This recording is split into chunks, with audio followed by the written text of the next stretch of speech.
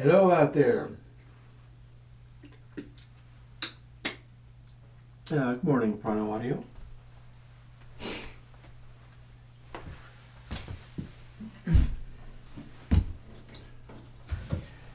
Alrighty.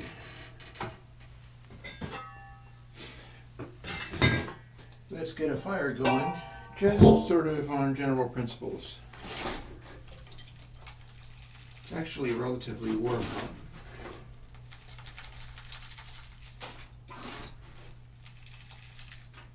Yeah, this is a cat litter thing. I'm taking pieces of charcoal that haven't burned and put them aside.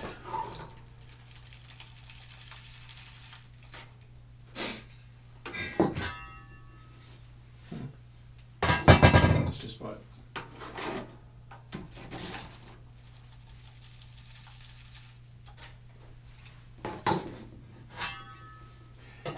So, we got to do a number of things today.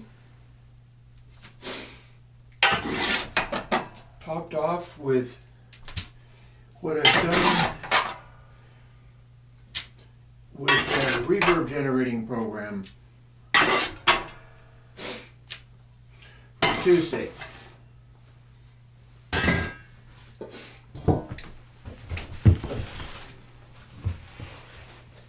See, I was working on that on Tuesday, and it would not behave. It didn't work right.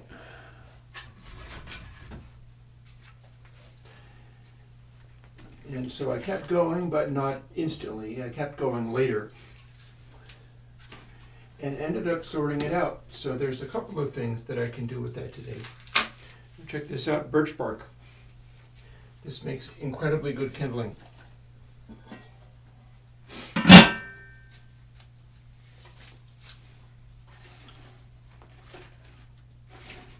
So I've already tested out the new program with the fixes I put in it. All in all, I think it kind of worked. Thing is, it didn't change things as radically as I might have hoped, but it's not too far off.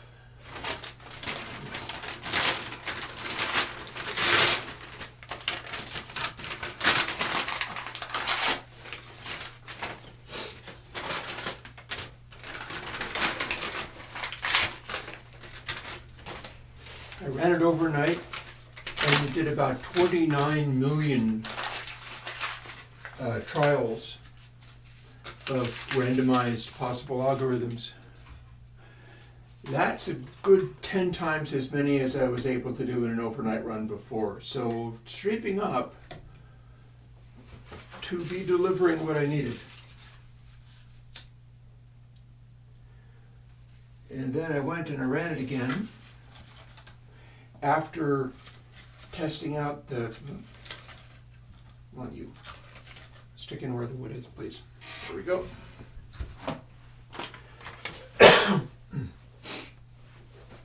So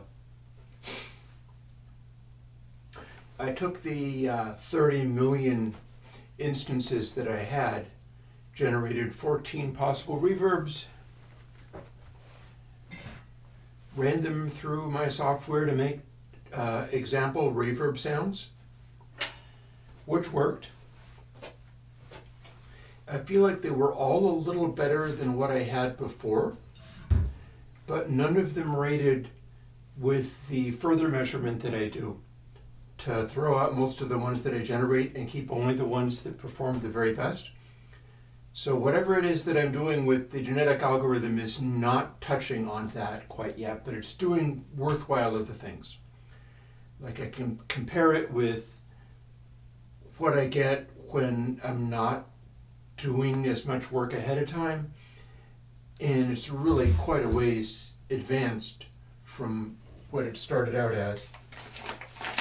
So I have that going for me anyhow. If I can come up with a way of building the other evaluation that I'm doing, why is that birch bark not actually burning? That's crazy. That stuff burns incredibly well. Or it should. Come on, you.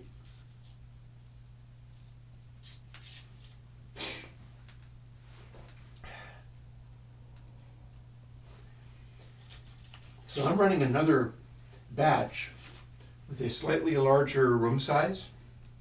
I'm no longer randomizing the room size, I'm just going to aim for a particular size. Seems to give me a roughly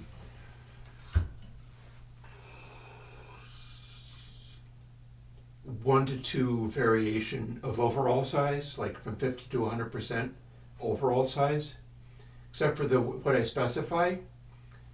Oh, it always ends up coming out to be about 2/3. I wonder if it's the golden ratio. That'd be hilarious. It ends up coming out to be about 2/3 the size I targeted. So it ends up coming out to around half, to close to the full size that I targeted. And that's probably fine. We'll be seeing a little bit more of that in a moment, and I'm going to have to cut off before fully the end of the day because I have to go for a doctor appointment. So it's just a yearly checkup. I was talking on Blue Sky about how if it goes horribly wrong, I don't actually have a lot of disappointment because I am doing what I wanted to do. And so I'll be able to continue doing that for whatever time I've got, which probably is going to be many, many years. But if they end up telling me something terrible, well, it probably can't tell me anything too terrible in one sitting. They'd have to go and measure for further things. And I'm not feeling particularly ill. So it's all, it's all as may be, I suppose. And what I have coding-wise for today in Godot engine is going to be porting my 4x4 reverb matrix to C#, same as I have ported the 6x6 reverb matrix. So that will run even faster, and it'll be straight up insane. And once I get back over to the computer and I'm satisfied with this starting to go, then I'll tell you what I got wrong on Tuesday. The parts I missed that caused it to not work and what I had to do to make it work again. And then I'll do those things for the 4x4 matrix. And it should be it'll be kind of cumbersome, but it'll be straightforward. And again, we're also going to run through the version I have running now and hear some of the examples of the new breed of reverbs. I might even end up with a keeper. If not, you can at least hear what the new breed sounds like when it's not performing to its total best. One thing I did notice, however, was when I ran 14 instances of this program overnight, and they did a good 10 times as many trials as they'd ever been able to do before, the end result was that everything performed a little better in every way that I wanted it to perform. Like, rather than measuring them up and going like, okay, most of these are garbage, some of them are okay, maybe one of them or two of them are actually doing quite well. In this case, it was like 8 of them did quite well, and other ones came fairly close, and there were very few that didn't do very well at all. So running more trials of these instances seems to be bearing fruit for the time being.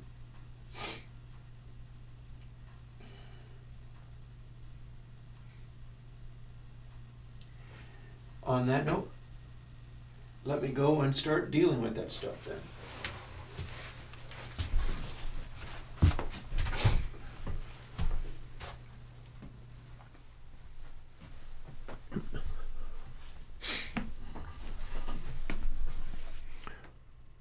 Over to display overlay. Yep. And hey everybody. Yeah, so I spent a bunch of the morning stacking firewood. Now I have the most glorious, wonderful stacked up firewood everywhere in my place where I can stack firewood. That seems good. So let me go and do the first thing I meant to do. You might not know it, but I am literally streaming while generating a full load of reverb impulses. Oh, didn't mean to do that.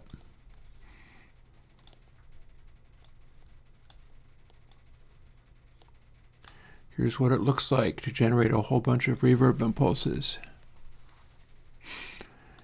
See how fast those are going? The C# was a huge boost. But part of the reason for that, it's not just that it's C#, it's that it's using C# arrays rather than variations in Godot arrays.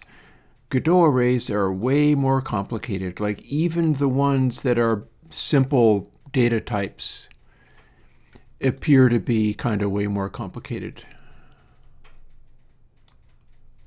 Yeah, I mean, watch them go. That's 12 million each. I'd be lucky to get 2 before running all night long, but this is since the morning. So probably that's enough to show off the situation. I also need to go and move over my it's been a while since we've seen the vintage laptop. That needs to be ready to go.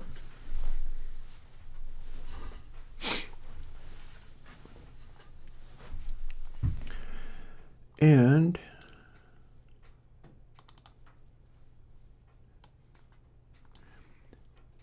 here's my little SD card for shuffling things around. And here's my new method for dealing with all of this. See, it's called verbs text. If I click on this, when it's not about storage, it's throwing away all of the ones it didn't like. So the way this is working, I'll tell you how this all works. Each instance of this program is generating a random reverb, such as you see drawn out in pixels on there. And then it's measuring it along a whole bunch of different things. For instance, you see the brightness of the green. The brightness of the green corresponds to how many echo returns of the householder matrix when you iterate through all of them and generate like every possible echo return that you can have. Every path through the householder matrix. Well, this is a 6x6 matrix, so it's an ungodly number of delay returns off of only like 36 individual delays. And so you're seeing that plotted out. It's that many, like the dark little greens there is basically just one delay return. But then they stack on top of each other and get more and more dense. The ones that are a blue or a orange color, I think that's the way that works, are prime numbers. Not the delays being prime numbers. This is something that I figured out and I was quite pleased to have worked it out. It's not the delays being the prime number. It's the output of the path through the householder matrix. It has that many possible delay times in there, which is why it starts acting like a reverb, why it starts going instead of just discrete echoes. But not all of the delay times end up being prime numbers at the end of the calculation. In fact, relatively few. So I get to measure how much of them ended up being a prime number and weighting it on the basis of, hey, more of these end results should be prime numbers, let's just say. I can measure them based on more of these should be a close loudness output to adjacent samples, because that will make it darker. Whereas if it's much loudness and then instantly followed by dead silence and then much loudness again, that's going to be a reverb impulse that has bright moments in it, where a bright sound will produce a very bright result. I can measure the spaces between the those green specks there that are delay returns. And that's what the little red markings up there are, is spacings between discrete echoes up to the point where it gets all smushed together. And those are being measured as well, like how long can it run before there's another discrete echo. And those line up there, and so the idea with that is this is another vector for being able to work out what's going to be a good sounding reverb. And the calculation is, can I have as many possible spaces, delay times, between delay returns? And it's probably worth also checking, like, oh, also are those prime numbers? But it's more really about, do too many of these spaces between echoes end up being the same number? Because that will probably be a sort of comb filtery, you might call it metallic sounding effect. And if I run it in full brightness, it's always going to have an element of that metallic soundingness. So what I do with this is I click on the screen here, and then when I click stop, it's going to bump it to the final result. Draw that, like write out what the final result was, and copy the end result to the clipboard and quit. So assuming I've clicked on all of these and brought them to the front of, this might go wrong, but we'll see. I should be fine one way or another. I do know that I've clicked on this, so this verb's text is at the top of my Finder windows. If I click through to this, it will copy it to the clipboard and quit, returning control to the verb's text, at which point I should be able to hit Command V and just paste it. And then it's the question of, can I go through all of these that way? Let's find out. Goodbye. There's one. What's my next one?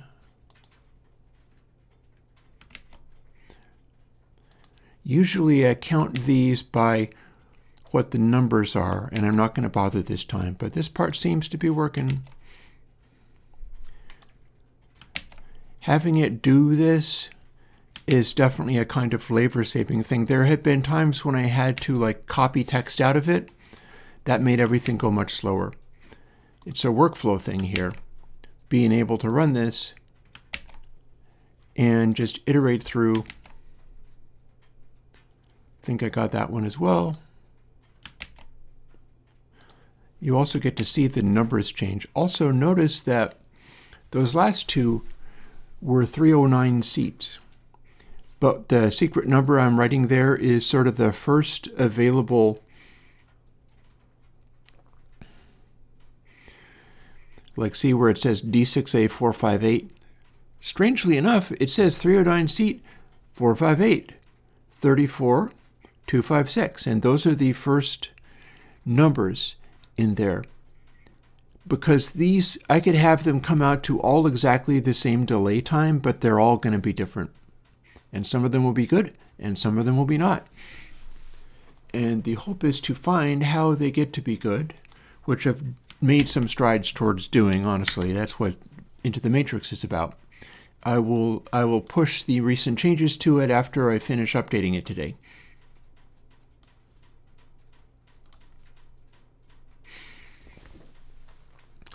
And here's where I must turn to, well, I mean, tasteful thickness. This is how I came about doing things like verb tiny and verb thick. And those do run on a potato, so it's all good.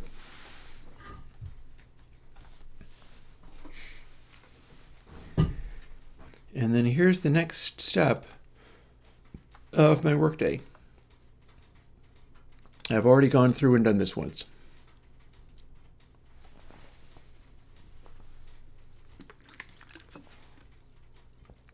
I may be able to code into the matrix to look for situations where the reverb is wide. That could very well be a thing. Because I've only recently started, hey, hang on a moment. As usual, we're doing many things. Here's one of the things. And bear in mind, I am also using my oil furnace way more than usual, and I'll tell you why. It's because I'm trying to use up all the oil in it so the tank can be replaced. Happily, I was able to do some improvements because a professional oil furnace maintenance and tank inspection guy came over. This is a very light piece of wood. This is going to burn real good. Scoped out the situation to see whether I was actually in danger, which I'm not, and tried to upsell me on getting a new furnace. I was like, give me a couple of years, dude. That it's not reasonable for me to be able to do things like that. Too many things happening at once. But I do have to use up all of the heating oil, which there's a double whammy there. He's talking about how much it costs to replace the furnace, and I'm going to be able to deal with that, but then it's going to be really painful. Having replaced the furnace, you then fill it. That's going to be a bear. But we do what we can, so we'll see whether I can't get through. One thing about it, my credit card is paid off, and I don't put much on it, so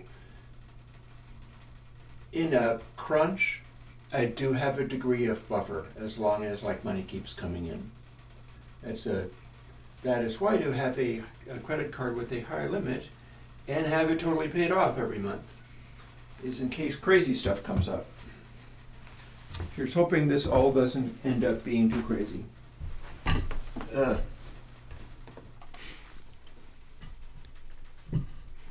Well, I mean, it's the guy's job, Barry Bones. It was, in fact, the guy's job to do that. So where are we at with this? We're going to open up the same verbs text that we just used. It has a bunch of saved up examples of things I've already used in reverbs, and we're going to try to find even better ones. I have looked at quadratic residue sequences. In fact, some of my old dithers use those.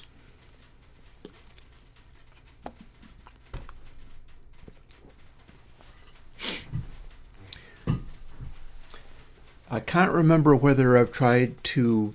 The thing about a quadratic residue sequence is it is a residue sequence. It's not giving a series of increasing numbers. It's giving repeating numbers in an interesting way. So the Fourier transform of sound bouncing off of diffusers. Yeah. Buried Bones, do you mean me or do you mean somebody else in chat? I'm Chris from Airwindows. You should look at other videos on this channel, such as my Console X 2 drop quite recently, and you'll fairly quickly get the idea. I code plugins, including the one that you see me working with here, and it is free for you to download. In fact, you can make your own products based on it. You simply have to credit. That's because it is using an MIT license. Yep, me. I'm Chris from Airwindows. I do this. I am the only person here, by the way.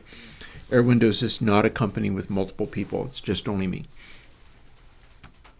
You absolutely should try it for reverb sometime. You might be able to do it like, can you get this plugin to compile?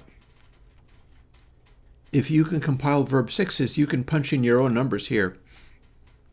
In particular, these are the 3x3 matrices, but you could do a 6x6. See how it goes D6A? This continues onwards. This is the main reverb matrix, which you can see one of the returns is 3. I've actually got it set up so you see 2 of them are 3. One of the curious things I found about reverb making was for the stuff that I'm trying to evaluate for, it consistently made the reverb sound better if a couple of the delay times were the same. Yeah, name's Airwindows, Chris Airwindows. You remember that scene in God, I know the name of this.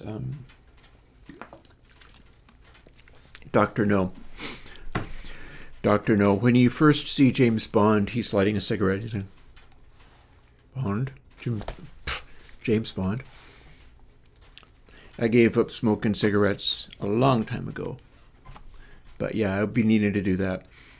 Wonder if there's something more amusing that I could use. Like, here is a fiber optic adapter. Airwindows. Chris from Airwindows.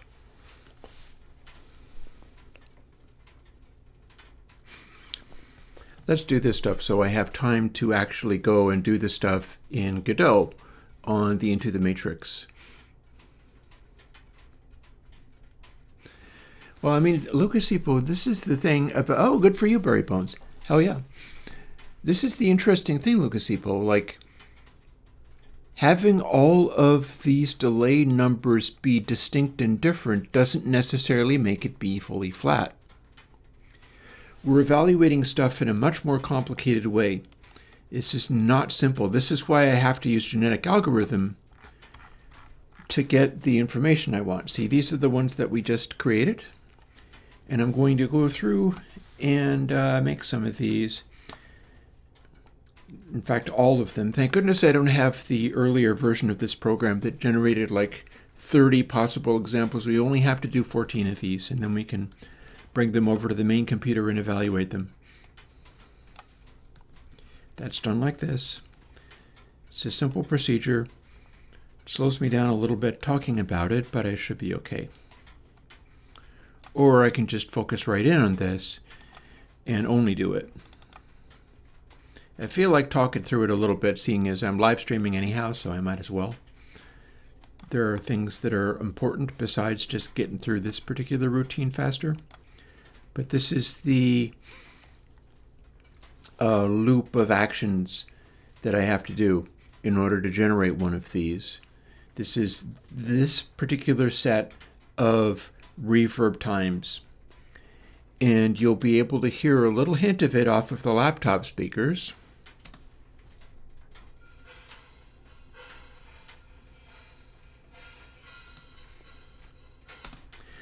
And then I save it.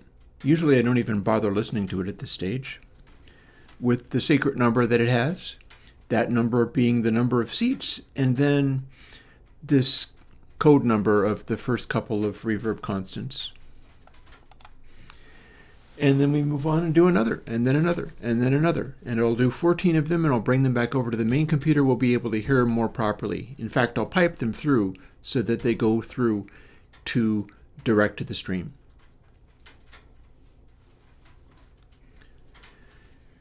Having it have a large size, see, it's being compressed by FLAC. So one of my metrics for being able to compare these is, does it have a larger file size for what room size it is? Because larger room size is always going to be a larger file size. If it has a larger file size for what room size it is, that means it is more incompressible. It is closer to randomness. I believe that also means it's going to tend to have less in the way of like metallic-y sounds, because my assumption is metallic-y sounds are easier to compress because they have similarities in them. Whereas a sound that is more like true randomness is going to be harder to compress and also sound more like a real reverb. On to another one. Have to remember to quit out of Twisted Wave, which I did. These are going to be all randomly organized, but it's basically just this routine that I got to do. Notice how I copied that?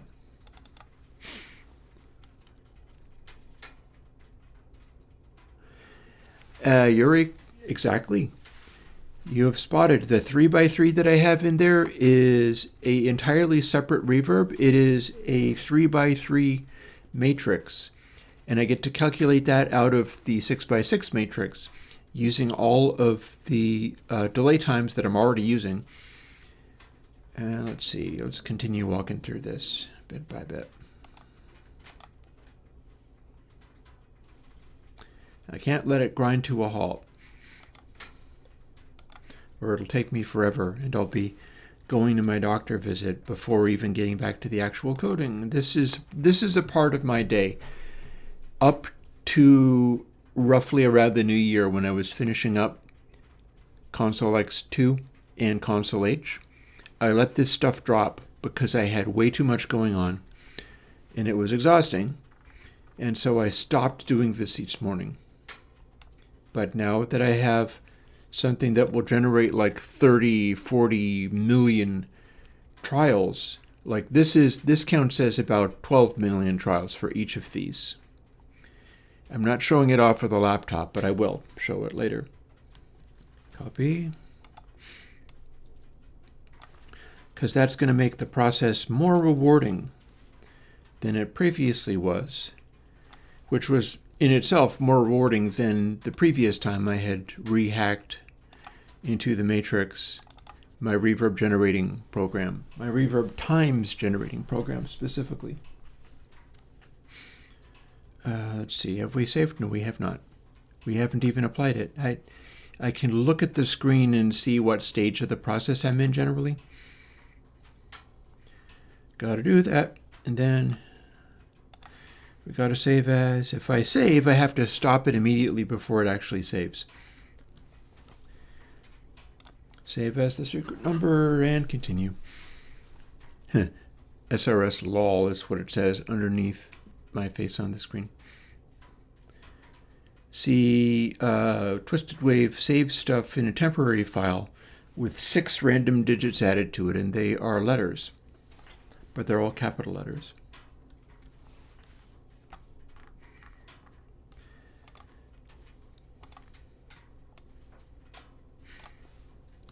I have 14 of these to get through, and I'm probably going to want to throw another log on the fire before terribly long. Oh, this is a 277 seat. The reason I'm doing smaller ones at the moment is because I know people are hot to get small rooms from me. I'm always making these ginormous halls, and there's a lot of reasons why I would want to. In particular, I want a 4x4 matrix that I can build into the video game counterpart. I could conceivably rename that video game by the time I finally release it. That's not impossible. Oh, I'm a little sad that Surge XT doesn't contain all of my stuff too, but it doesn't. I'm not in charge of that project. That's somebody else's project. That is very much the scenario of my stuff is open source and MIT licensed, so other people get to use whichever bits of it they want. Paul of the Surge XT project absolutely means to do some more work on Airwindows adjacent stuff. And I think you're going to like what he has in store, but I'm not going to tell you yet. He's on to some ideas which were hotly sought after the first iteration of Consolidated. I'm hotly seeking after somebody helping me to put this stuff into the Godot engine. There are apparently ways of doing it, but I bet I can find out how to at least do one of the plugins for my new upcoming video game so I can use my reverb in it. But in theory, there are ways to take one of Paul's projects and have that be part of the Godot procedure, so you'd be able to download it and it would have all of the new plugins since the last time Godot released. I don't know if you would necessarily be able to have builds that had like that week's plugin, but there's doubtless ways of doing it. It's just a little past my pay grade. I'm not quite good enough to make that happen because it's getting to all these other levels, and my efforts go in other directions. But there should be it should be possible to make this horrifying Voltron of open source people, where like all of this stuff is available and all happening impossibly fast. And it would be kind of like that. For now, I'm working on getting some more reverb elements going. Buried Bones, good for you. That is a good idea. Be sure to do that to your fullest extent on your own rather than vibe coding it with a bunch of LLMs, because LLMs will tend to pull stuff out from what everybody else does. That's literally what it is. That's usually not within my interest, so I tend to avoid those. Although they are present in a program you'll be seeing a little bit later, JetBrains Writer. I'm using that for my Godot C# coding, because I don't think Godot does the C# coding inside itself. I think it needs to run some kind of external program. I'm not sure which ones are available. GD script always runs within Godot engine. C#, not so much.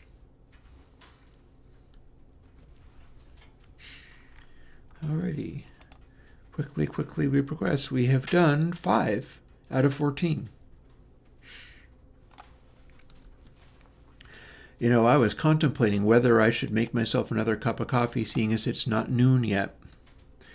And I can make arguments for or against that, based on the fact that I'm going to have a doctor appointment. Because they're going to do things like, take my pulse and blood pressure and so on. So the argument for getting all jacked up on coffee before going to see the doctor is, if that's not healthy for me, it'll show. The argument against is most of my time is not spent that way.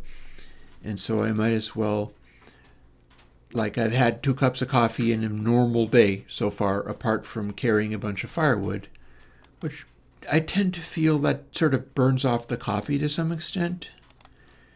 At least that's been my experience. Like I'll drink coffee and I'll go and do a bunch of hard labor on the wood pile or whatever, and will end up not being all hyped. But then, that's why I had to give up on energy drinks like Red Bull. There was a time when I was very much into going and working at a convention and drinking lots of energy drinks and trying to accomplish far too much. And ended up quitting that, although I do still drink coffee. So that would be the argument for drinking way too much coffee before going and seeing the doctor, is if I need to be not doing that, it will show super obviously.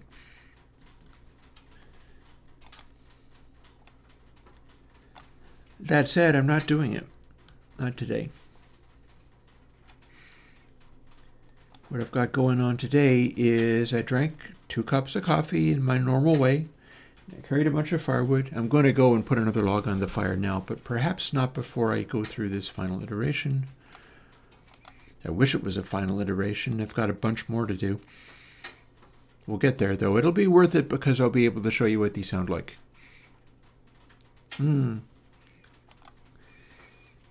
Iced tea tiredness addiction, you say?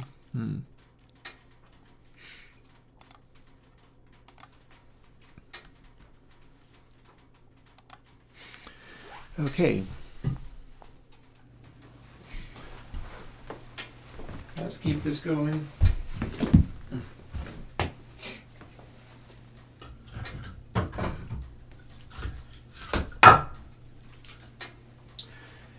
I gotta say, I am quite pleased with myself over the firewood stacking. It's supposed to be real rainy pretty soon. And also so warm that all of the snow melts. So we're going to get some of that. And I brought a bunch of dry, covered from the rain firewood in before another burst of bad weather hits. And that should last quite a while, really. When it gets real cold again, and my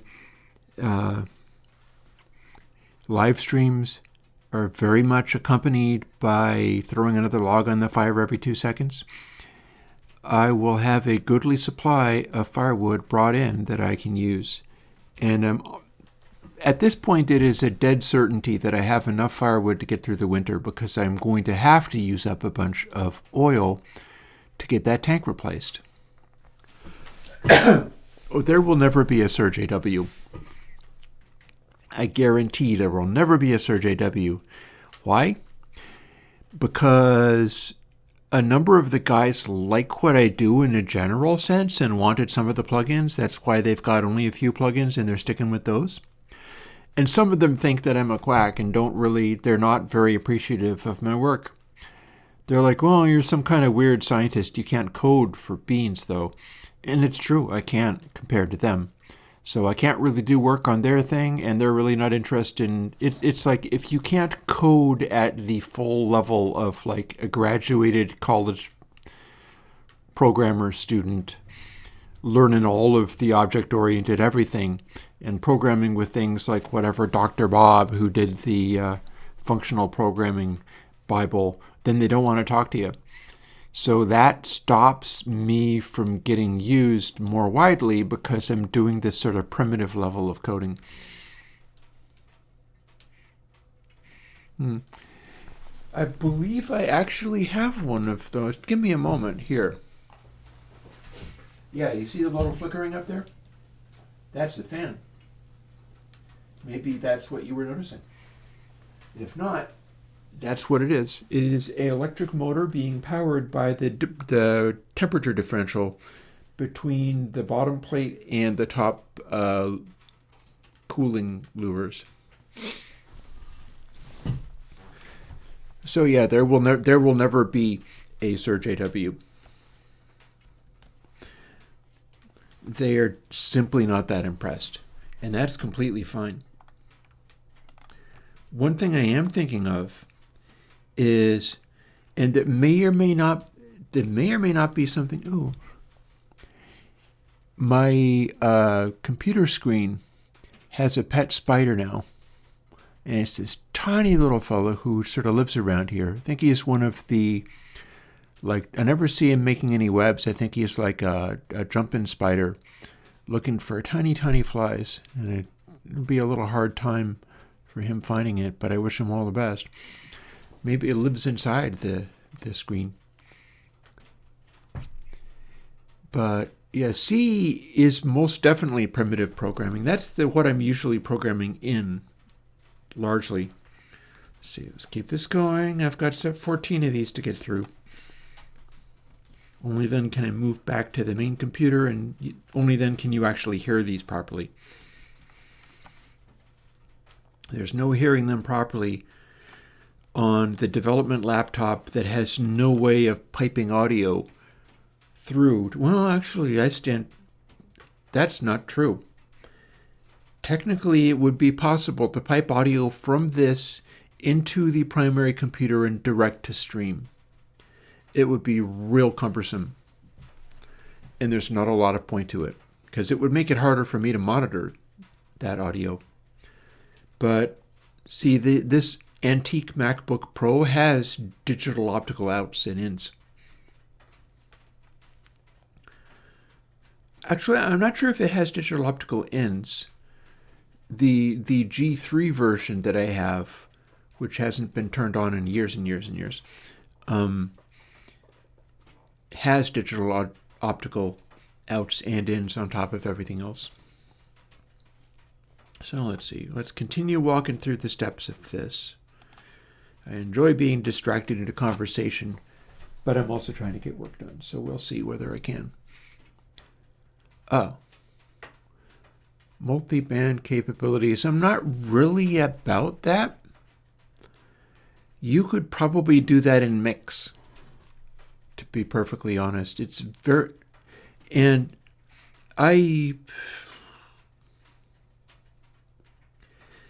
the earliest cathedral reverbs based on Bricasti examples,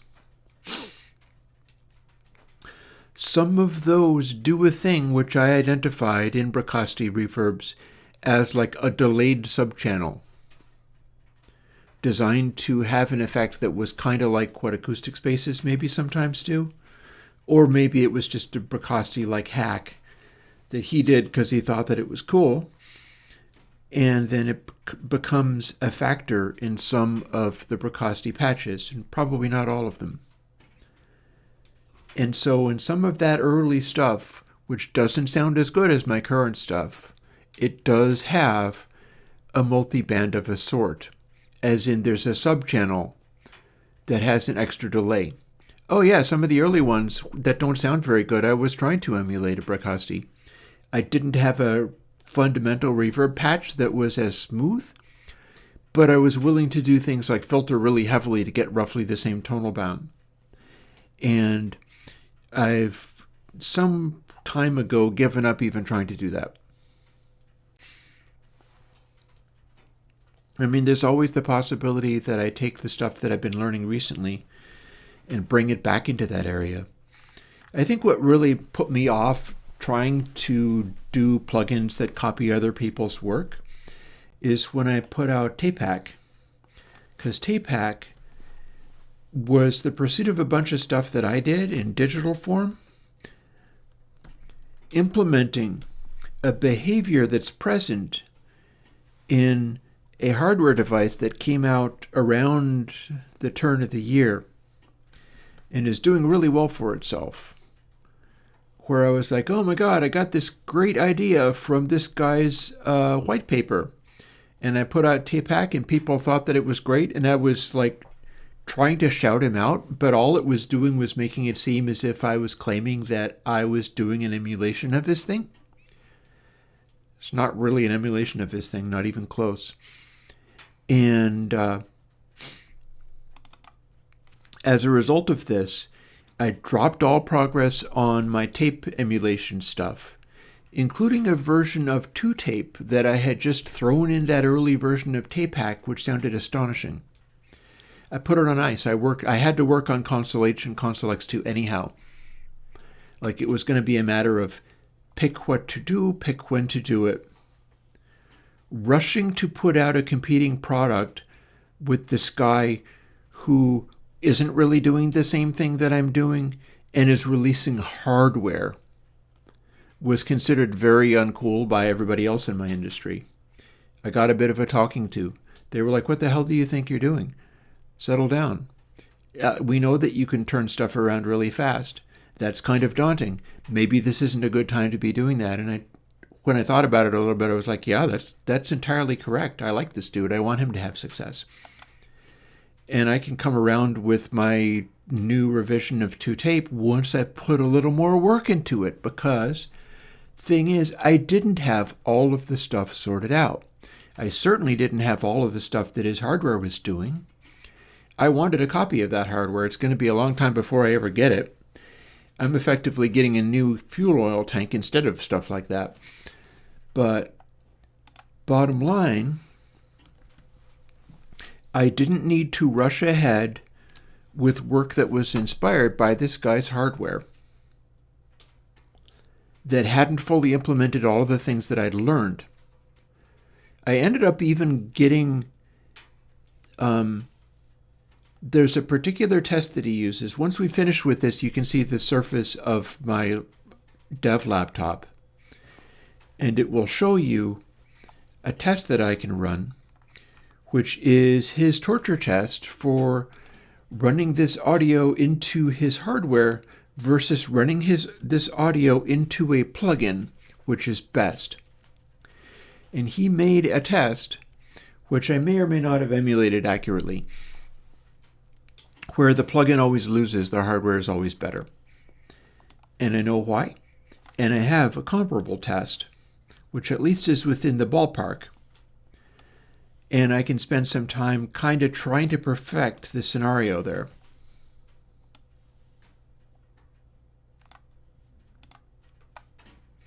That's going to be worth doing. And then when I finally have results, like one of the things that you can't see on my desktop is TapeHack 2. I've got some stuff to do there. I've got some stuff to do with that. I may very well even be doing the coding for that on stream, because that's normally what I do. But you'll notice I wasn't doing that last year, because the guy that gave me the ideas for looking into some of these things, is the fairest way to put it. I can't use his ideas. His ideas are hardware. His ideas are physical constructions and windings of wire and capacitors and resistors and stuff. Those don't apply to plugins. What to focus on the other hand, is a very big deal. And getting insights into that is impossibly valuable. Ooh, look at this. This is a peak that is coming out kind of hot.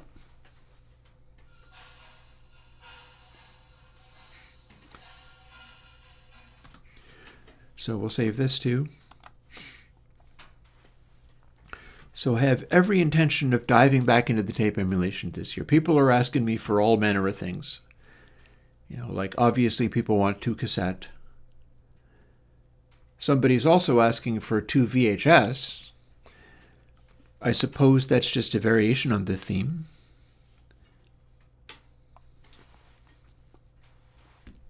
These days it's easier for me to make the Pample Juice GUI-enabled ones. That could be worth doing.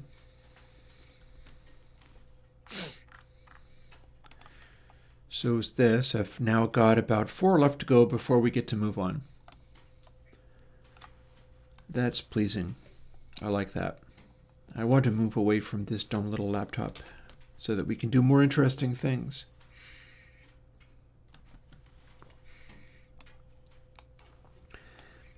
But yeah, like early in the year, I'm thinking it's going to be time to look into putting a polish onto that stuff that I was learning going towards the end of last year. The hardware guy's doing great. His stuff is all based on API 500 series, so that's been a limiting factor. He's selling lots of them. People are very excited, and they should be, because he's doing great work. And hopefully he's waiting and isn't screwing this up. I'll talk to him again. I'll ask him how things are going. But he's openly talking about doing 19-inch rack stuff. And that's a lot closer to what I would be wanting.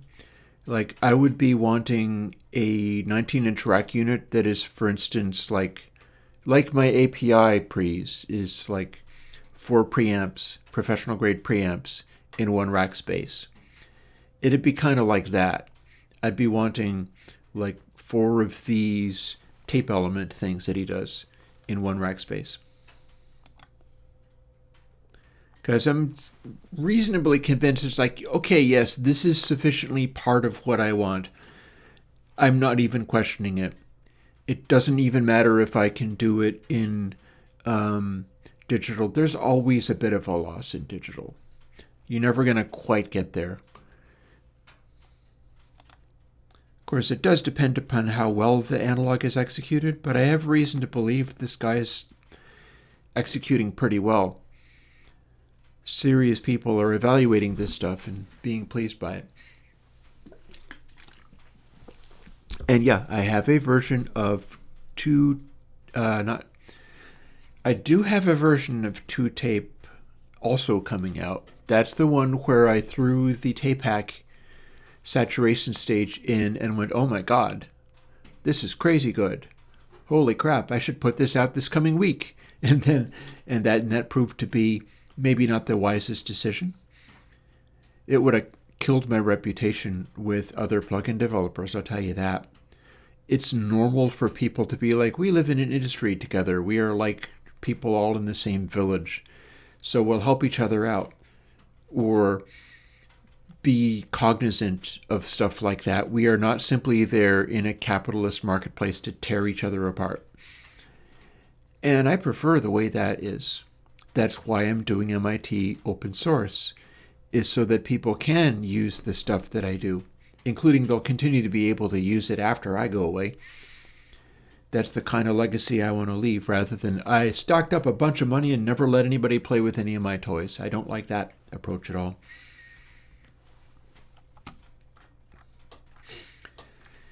So yeah, the thing that I'm going to be showing you It's a couple of things, really. One is tape hack. 2, which is based on exactly the same thing as tape hack, but with a kind of pre-filter to it. Now this pre-filter has to work a special way, because the behavior that I've identified in the hardware unit and how actual tapes work. The guy's technique for testing hardware against plugins and finding the plugins lacking is take a high-resolution file. So he's got me right there. I'm like, oh yeah, that's how you do it. Yeah, use a high-resolution file. And feed in a bunch of like supersonic frequencies at loud levels along with a regular frequency, or maybe a couple of regular frequencies at normal levels. And they're going to interfere with each other, and the way that stuff records onto tape is very different from the way that you process that in a plugin. And all the plugins, including mine, don't cover themselves in glory when given that kind of test file.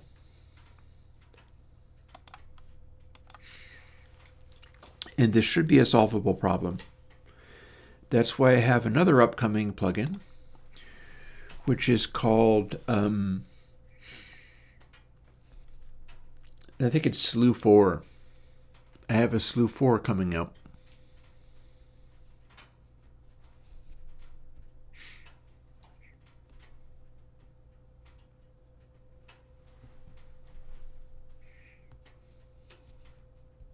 You know, Tasteful Thickness, you might be reading me a little bit wrong. I'm not being that harsh with capitalism. I think it works better in a sort of Scandinavian format where you have other systems in play. Yeah. Be gentle, Florifer Gloaming. You might be reading too much into that too. At any rate, I do have to finish this work up, and I can catch up with... Don't kill each other in chat, please. I do have to focus a little bit, but I'm close to being finished. And when I'm working on the main computer, I can defocus a little bit. This repetitive action is what I have to do every morning.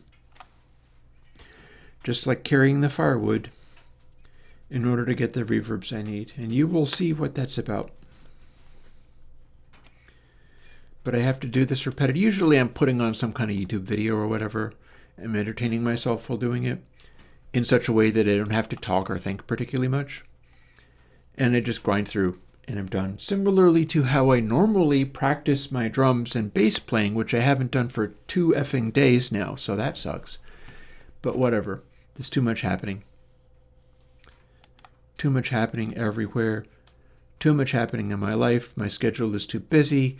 And I'm getting a bunch of useful things done, so it's like stuff will slide, and I'll get back to it. I'll get back to the practicing. I need to do that practicing because people give me a really hard time over the badness of my drum and bass and guitar playing, not to mention singing. And I'd like to be able to pull my weight a little bit better in that, even though being Chris from Airwindows should be considered enough.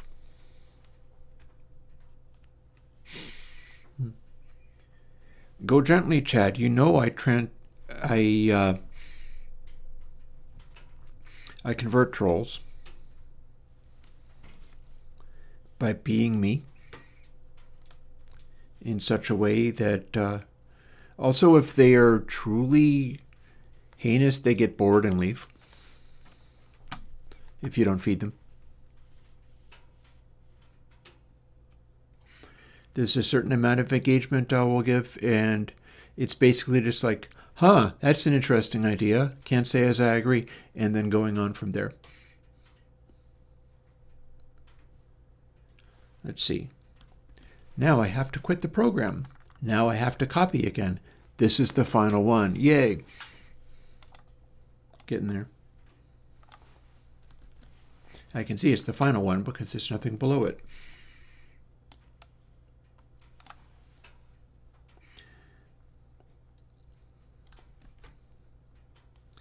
And it was another 309. It's just a different number this time. That's why I have to have that number there in the first place. Copy, build. I gotta talk my way through it because my brain is already transitioning to the next stage. See, there's your transtiva for you. I have to transition to another workflow.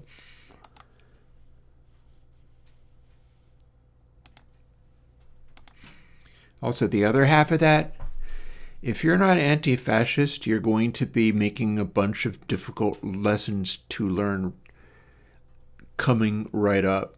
This is no time to be fa. It's going to look really bad to everybody. And the people responsible for that have nobody but themselves to blame. I'm reminded of the thing that was going around on Blue Sky and doubtless on Twitter as well, where a news reporter was interviewing some little old white Minnesota people who were incandescent with rage at ICE attacking some of their immigrant neighbors. And you couldn't tell unless you were a Minnesotan. You had to be a Minnesotan to get it. And the Minnesota people were like, oh my God, they're so mad. And it was kind of hilarious, and it was also kind of nice. And it's just a real, like, this is the thing with having a wildly diverse population, is it's just cooler. That's why cities become amazing and become like the New Yorks and LAs of the world and stuff. This is the mechanism. It's literally the same if everybody was like all citified and stuff, and the Minnesota people came around being their weird selves. That's also diversity. It's all very interesting. It gets down to genetic algorithms, which is literally what I'm working with here for these reverbs. And just as it's making my reverbs better, it makes societies better. I feel like I can prove that with history and science, but what I'm going to do right now is quit this program. Quit that. Quit this. Eject this SD card, which I'm not going to be needing anymore. Now you can see that I'm going to be working on Tape Hack 2 and Soft Clock 3. That's coming up. I have a great idea for that. And you can also see this. This is that hardware guy's test signal. See, we zoom into the sample by sample basis. It's a 96K signal. This is what you get when you have a bunch of supersonic waves clashing with each other. And then an underlying wave compared to just only the underlying wave. What this is supposed to do, and I'm gonna, let's see.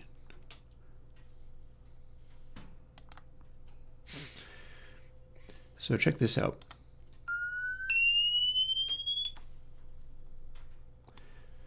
That's the single wave. Watch what happens when we move over to the other waves. There's multiple waves in here at the same level at the basic one. And then you're supposed to do a sweep, which is actually coming in a little bit hotter. And it's throwing supersonic waves through the tiny laptop speakers, so that's fine. But this is the test signal. We got, I'm not sure whether this is actually a wave in there, but you have to have like the 6K. And then you've got a couple of near 20K waves. If you run that into a saturation, the single wave should be coming out louder than the combination of them, because they should be saturating the tape head and the tape harder, forcing this not to be the same height.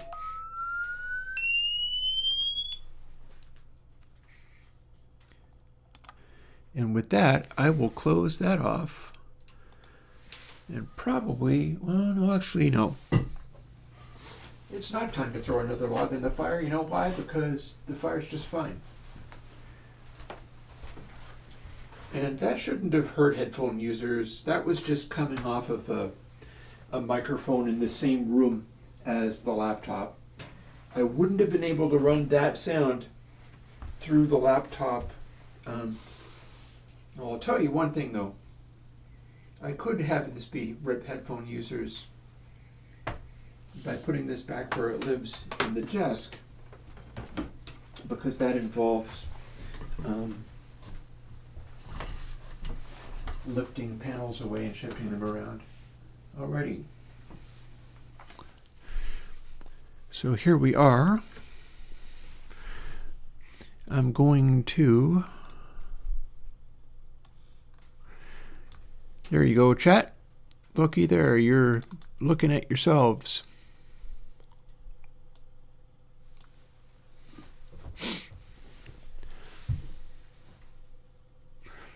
Oh! User gets be. You say that Surge Effects has a rack-like behavior? Interesting. I can neither confirm nor deny that Bacon Paul might be interested in working on something along those lines.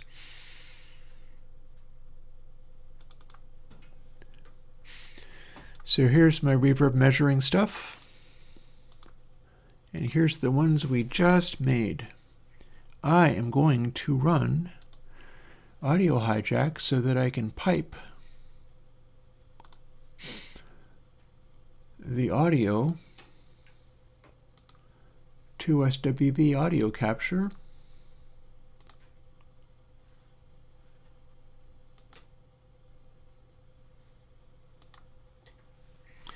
So that it can go straight to stream.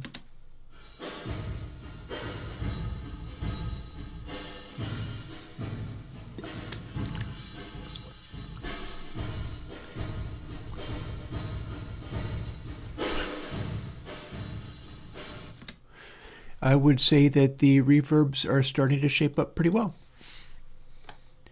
Any of these would probably do a pretty decent job. I'm looking for beyond a decent job. I'm looking for a ridiculously good job. So what's going on is if I can get into a certain range of peak over RMS, that tends to translate. And we're going to move this out of the way. Verbs text contains the secret code for how to generate all of these.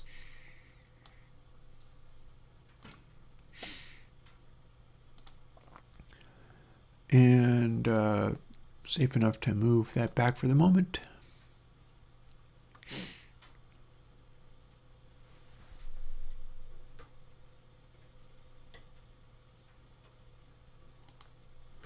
Yeah.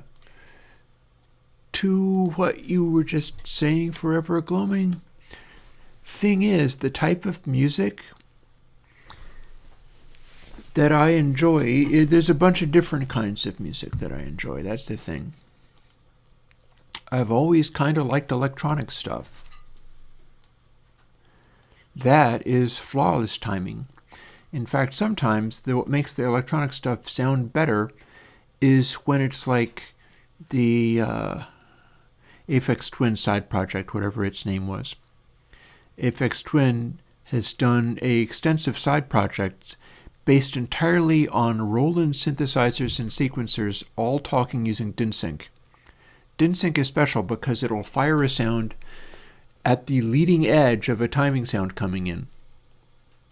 You can't do that with MIDI. MIDI, you have to send individual events at a clock that is like 1 kilohertz or something, which is kind of way slow. And so it has automatic timing sloppiness, whereas Roland's DynSync stuff is always extremely crisp because it's like modular style sequencer timing. Anyway, have I just done this?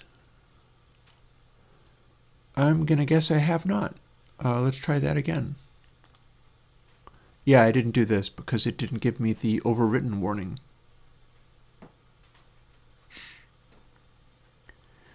We're normalizing all those so that they're the same volume. Then I'm doing a special thing. It's a thing called spectral tracing. It's doing an FFT thing using Michael Norris's plugins. And normalizing it and then leaning stuff out a little bit. I'm trying to exaggerate the differences here. And then this analyze is writing a test file. It's not even changing these. These are still the normalized versions. But what this is going to do is save me a lot of work. I've been doing this since last year. I get to quit out of here.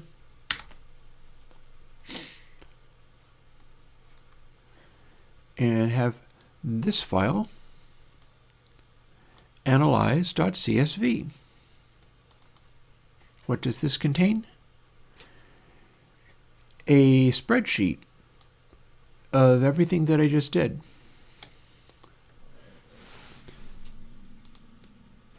So I can delete these columns. I don't need this column either. And sort this ascending, because they're negative numbers. And what we have here is a quick shortcut to doing stuff that's written on this card that I used to have to do by hand. I no longer have to do that by hand. So let's get busy doing that for the moment. Again, we're walking through my whole process. I have to do this daily. Technically today it's multiple times a day. So here we've got a bunch of these. We are assigning colors to these. What I'm really shooting for is 16.5, etc. I didn't quite get there, but I got pretty good. 333 is 16.41. That's automatic keeper. Color-coded red-orange. And then I got a 16.38, 349. These are all keepers. That is also a red-orange. Cool. See, I told you that the getting it to run faster is giving me better results. Next thing you know, you have 15.99. That is actually just, or I don't have any that are like just plain red. Red is 16 to 16.25. All the ones that were good beat that. So if any of these are larger than 450, they'd be keepers in the minus 15.75 to 16 realm. Like this one here is just about 16.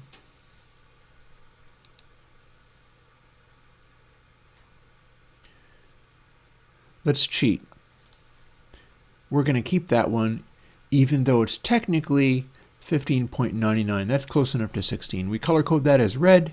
That means I'm going to be evaluating it by, is the room size larger than 250? It is, so fair enough then. 329, that's too far away, so we're going to count that as orange. 301, that's also orange.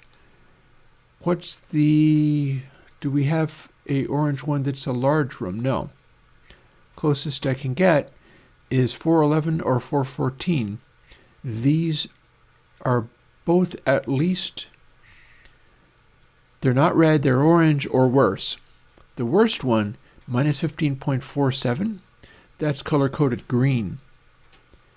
That is a very high RMS relative to peak, which is the thing that I am measuring. It's taken long enough to get to all of these things. So what we can do is show some of these things off.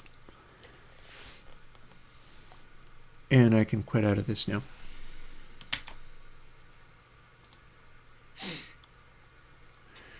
So here is a 414 seat room.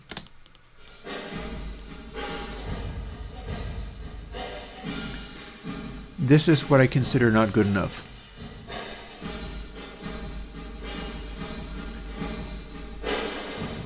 Here's a slightly smaller room.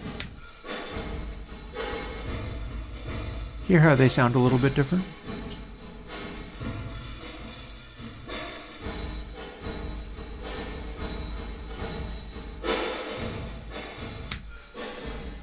Here's another one. And then this next one is one of the keepers. So let's see how different that sounds from these.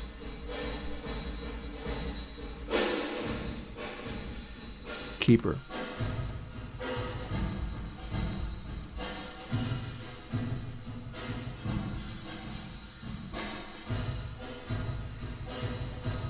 Sounds a little darker, sounds a little fuller.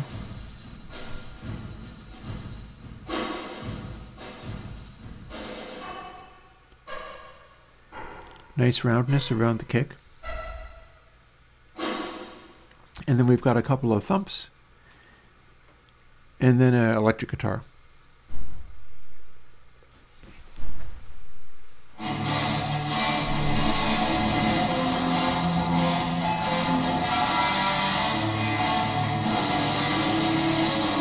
This is usable.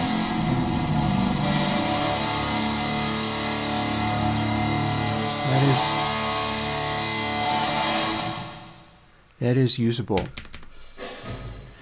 Oh, and interesting. Here's the next keeper. That feels like a very small room indeed. There's this closet-like feel to it. People are asking me for that.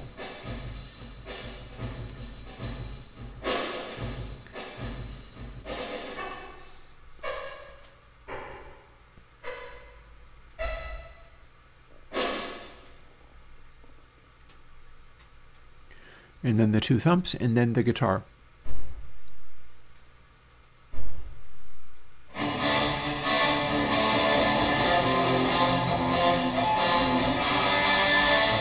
Yeah, that's a very convincing.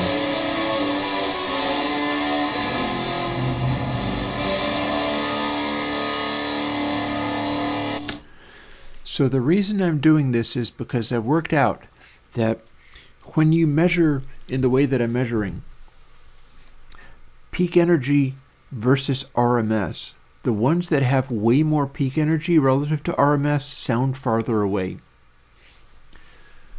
So what we've got here, after we get rid of Analyze CSV,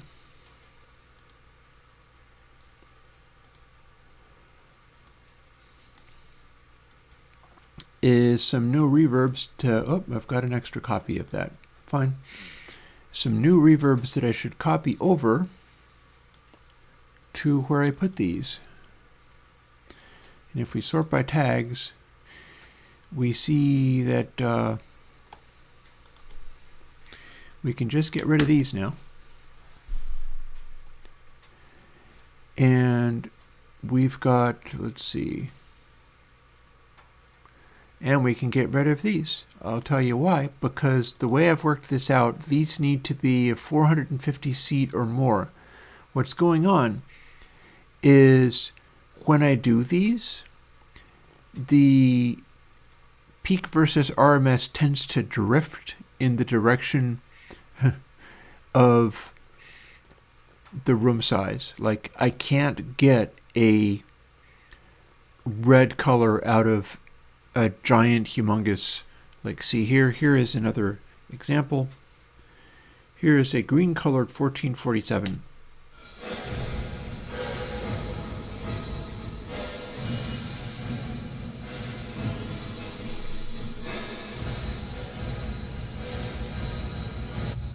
And it sort of washes from side to side a little bit. But that's as close as I can get. I can't even get any of these super high level ones. Like, here is a super high level one. This is a 553. And it was like a 17 or 18. Like a 17.25 or whatever. And when you hear it, you will hear that it sounds really kind of weird and odd because it is so peak happy relative to RMS.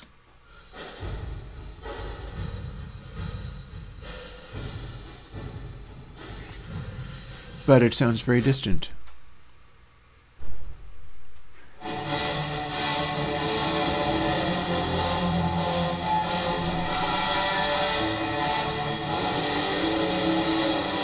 So that sounds like a bigger room, but it still just disappears relative to the primary sound. That's what I'm shooting for. I want lots more of these to choose from.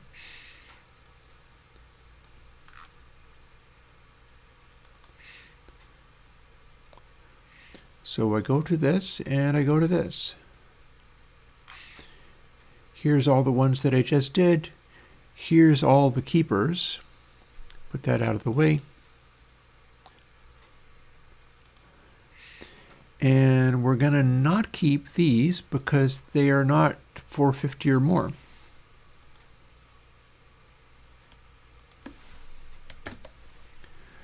But we came out with 3 if we count this one, which was very close to the edge. We came out with 3, which we are keeping. So, search for 309. There it is.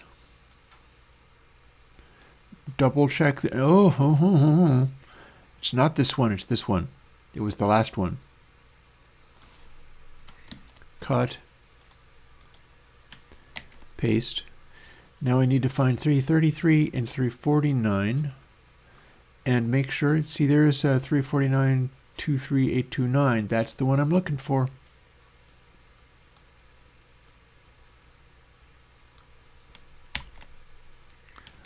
We'll cut just to be sure. And paste.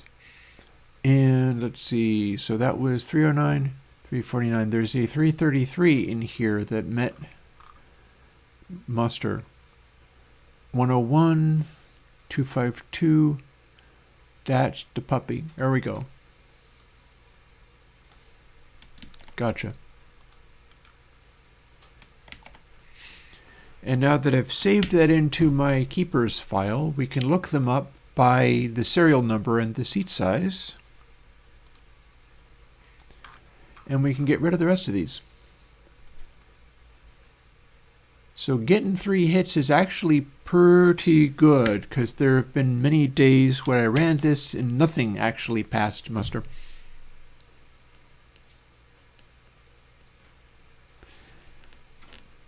So let me finish my work and then I'll yell at chat, okay? Give me a break. I feel we're having a rambunctious chat. That's fine enough. Whatever. But I'm going to catch up with you. I have work to do. Amazingly, people do things like work. So here's my collect. Ooh, look at that. I have some new, well, no, they're not new highest scores after all. My highest scores go up to like the 600 range. And then I've got a 300-seater, which is quite good. And then the 553 sounds rather odd.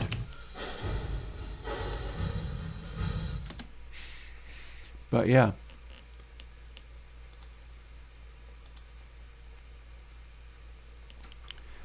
And did I save? I think I did. Must have. Surely I must have.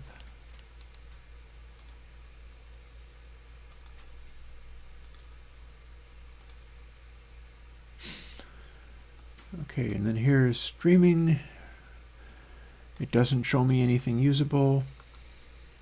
I think we can stop audio hijack for the moment, although I might very well want to restart that later. Let's get shuttle out of the way and get the Godot and Writer launched so that I can do the further work. I've only got about another 2 hours before I have to go to the doctor for the yearly checkup.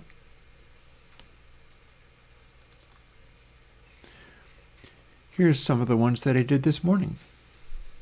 They were much smaller rooms. Okay, now let's put chat back. Let's launch Writer and Godot, and we're working through this. Oh, you want ranting? I'll give you ranting in a moment, but it'll be Airwindows style. We'll launch that. And presumably move it back to where it fits on the screen. There we go. Lovely. I think Writer is going to automatically go to where it needs. Oh, no, I stand corrected. No, it's not. It was the wrong size.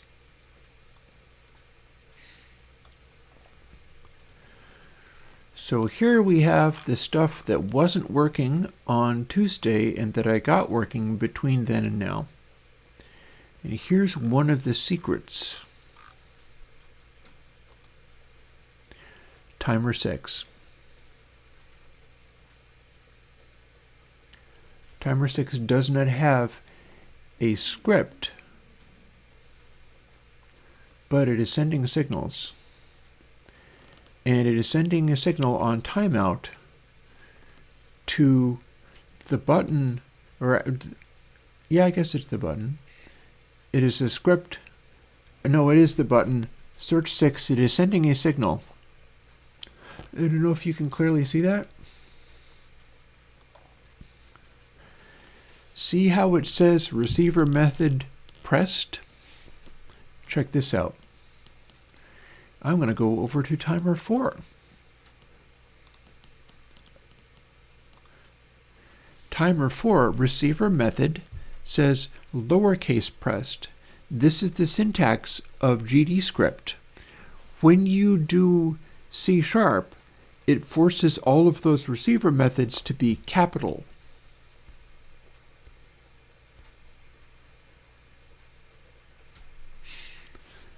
So that's the part that I had to change, and that's the part that I'm going to change when porting over so that I can do the 4x4 matrices as well.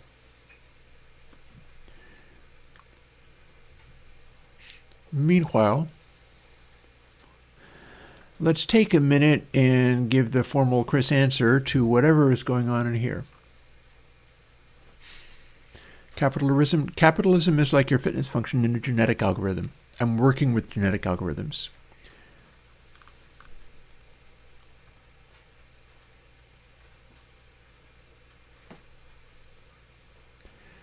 Bear in mind tasteful things. Equality type systems work in small. There is no scaling property. You don't understand. You're missing an important point about the genetic algorithm. Also, millennials, most twisted, honey. I am a Generation X. I'm sorry. We have millennials beat for being the most twisted. We're way more twisted than millennials. Mouse is a damn good book. Handmaid's Tale is being played out in our streets. People had better pay attention to that stuff. And you need to be more careful about your assumptions. I'm not talking about the evils of capitalism. I'm saying it is not the end of the story. I will perfectly happily talk with you about that. You're not doing a really good job of being a Airwindows fan, but when I say everybody, no exceptions, I mean it.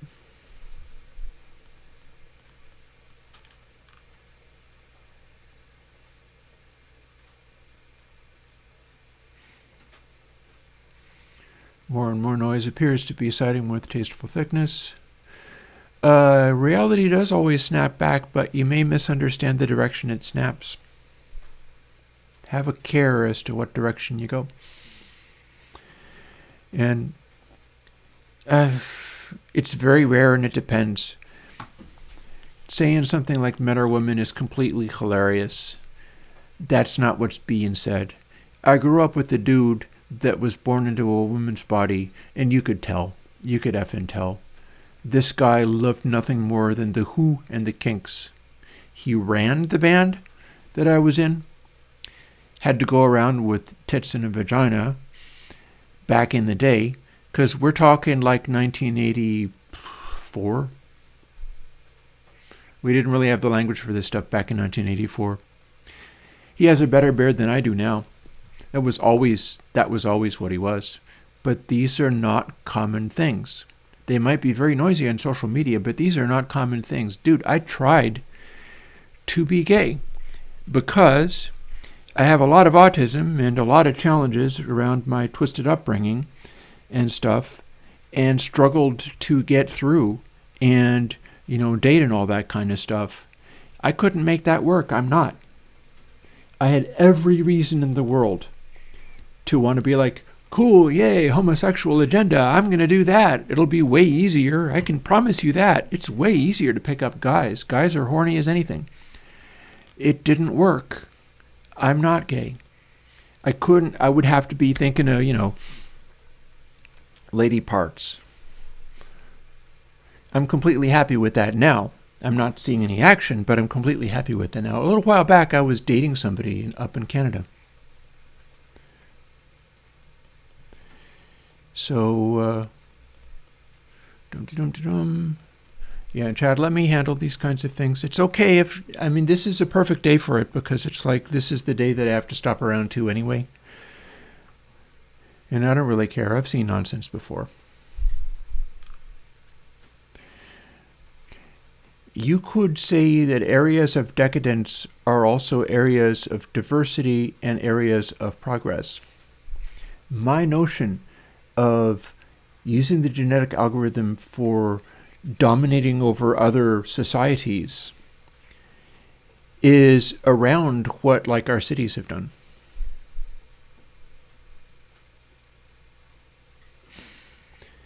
Like I'm a big New York fan, for instance. New York was the place where back in the day when people wanted to be incredibly prejudiced against Irish or German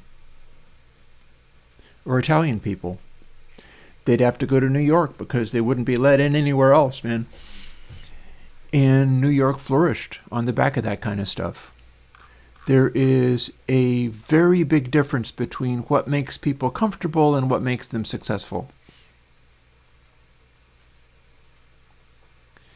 And it all gets down to the genetic algorithm, which is literally what the program I'm writing is about. That is literally, maybe I can even, do I have old versions of the, let's see whether I have my earliest reverbs in there somewhere. Maybe not. Pity. Well, I do have at least K Cathedral 4.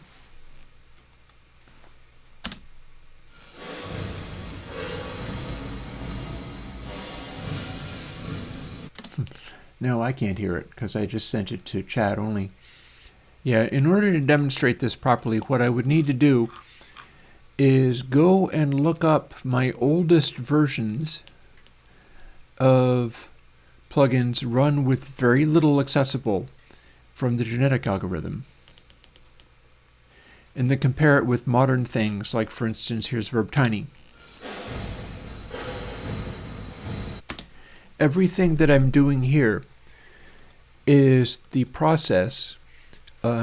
Sounds? Maybe I have some of these saved in sounds?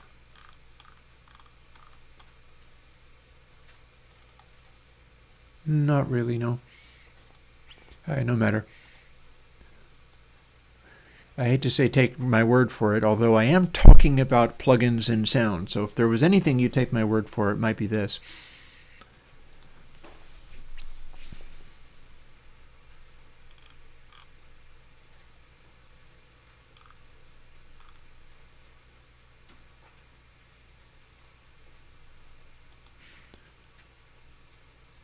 So yeah, at this stage, here's my next job. I need to take this and port it to this language. Because here's an example of my search 6 process that has been adapted. See where this very top thing, where it's packed in 32 array equals, and then there's a square bracket, and then a long list of numbers. It needs to be packed into, it's an int array instead of a GD script thing. You can define it this way, but it has to have a curly bracket, not a straight bracket, which is another thing that was going wrong. And then once you have all of this stuff done properly, including stuff like this, where you get to do new, redefine it as new, this is the other thing. All this had to be translated to C#. Having done so, I can probably copy this over to a new one, which I can make here. Let's see how true that is. I bet I can do it. Go to Inspector, go to the script, and we're going to clear that. the existing script is still there, but I'm not going to be referring to it. In fact, I can still read it from here, and I'm going to. I'm going to be reading it from here and making whatever changes are needed to take the one that, like for instance, the begin stuff is going to be literally the same for each of these. There's a bunch of stuff that's going to be literally the same for each of these. But I'm going to be watching for changes like here. The adjust green. This number might not be the same between each of them. This section is going to be translated and it'll be the same with the one that I'm copying in. But other stuff, for instance, this bit, that might be exactly the same as before. And I'll keep it. But then this is going to be quite different because it's going to require a 16 element array rather than a 37 element, or 36 technically, element array. And then this stuff is going to run way the heck faster. So this is going to give me a 4x4 matrix generator doing everything that the 6x6 was doing. And there was a thing that I needed to change. Let's see. This needs to be scooched over to permit more space, because this is generating the information here. Let's show you. We'll run the local instance here. When we run it, we're doing a bunch of stuff. I do need to also take away that of 16 million because that's from back in the day when I was running a GD script version that crashed at 16 million. I've already established that the C# one can run indefinitely. And then this update number 5, at least 200 to 1, that winds up looking more like, 16 million to 1. So it takes up all the space, so I needed to make a little more space for it.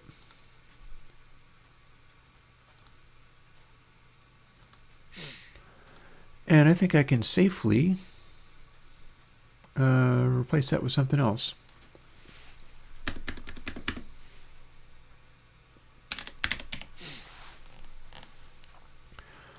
Like that. Let's see how that looks.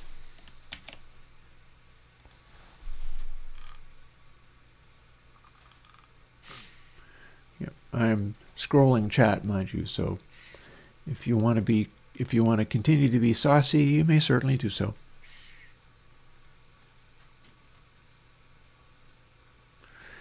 I could make that be left justified too.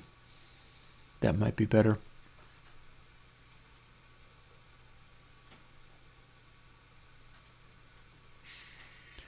We can scooch this stuff over a little bit. Might need the space.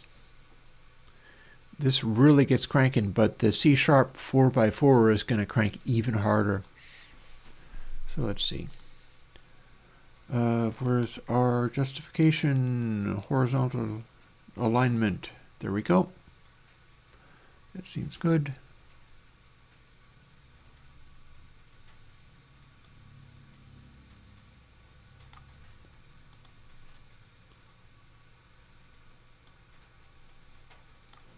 Snug that in a little bit there, then scooch it over and give that more space as well.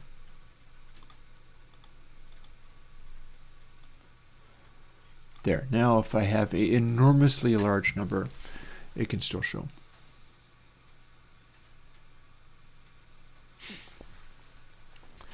So the challenge that you face, Tasteful Thickness, with regard to some of these things is the fallacy that you can optimize individuals to predominate over the power of the genetic algorithm. I will suggest to you that that doesn't work. You cannot outcompete the genetic algorithm. And the genetic algorithm thrives when challenged, not when smoothed out so an easy plateau is attainable. It's a weird, uncomfortable reality, but it is a reality. And it has political salience.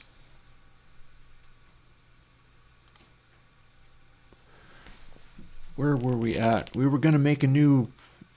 Yeah, I left off before I quite did my thing. Let's do the thing.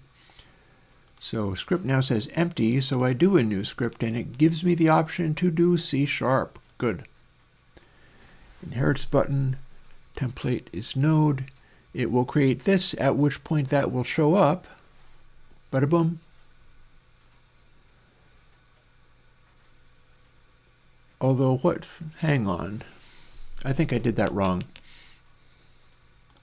I think I'm going to go back and do that over again. Blank U. Yeah, I made a mistake. I would like that to be lowercase. I feel like there will be further problems if it's not. So let's dial the stuff back. Very good. It caught up. Let's do that again and then check my case statement correctly.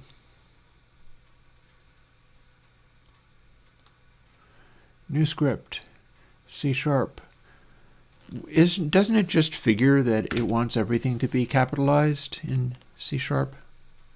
Whatever. We got this. Boom. Now that matches the file name, same as the other bit matches the file name. Although we cannot make process or ready be lowercase.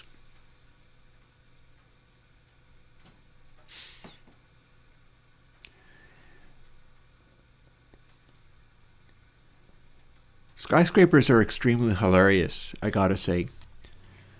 There are better ways of building things. Skyscrapers are men wanting to make gianter penises. And one of the ways that you get white people doing things like that is because they grew up, white people came about in Sweden and Finland and the Great White North, which is where my family came from.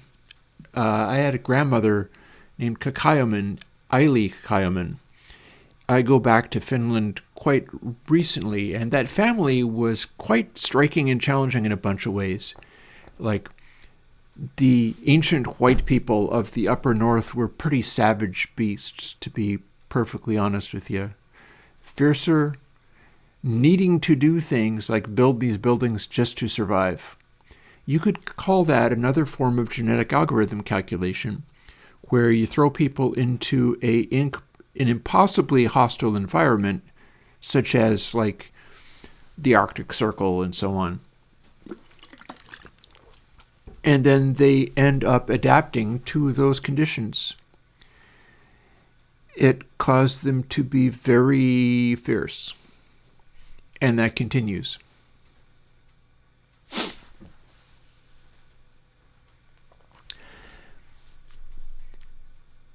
People in the Nordic countries lost community to some extent. You should read the Kalevala. My grandmother translated the Finnish folklore, the Kalevala, and that will tell you a great deal of interesting things about what it's like being a Finnish person in those days, like days before Christianity. The Kalevala is, in a way, a response to Christianity, in that it brings in some of the concepts, it brings in some of the folkloric aspects.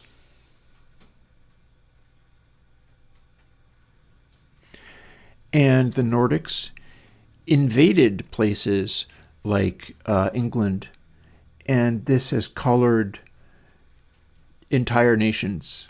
Lots of stuff has happened because incredibly pale people from way up north learned to be Vikings and then inflicted that on the rest of the world.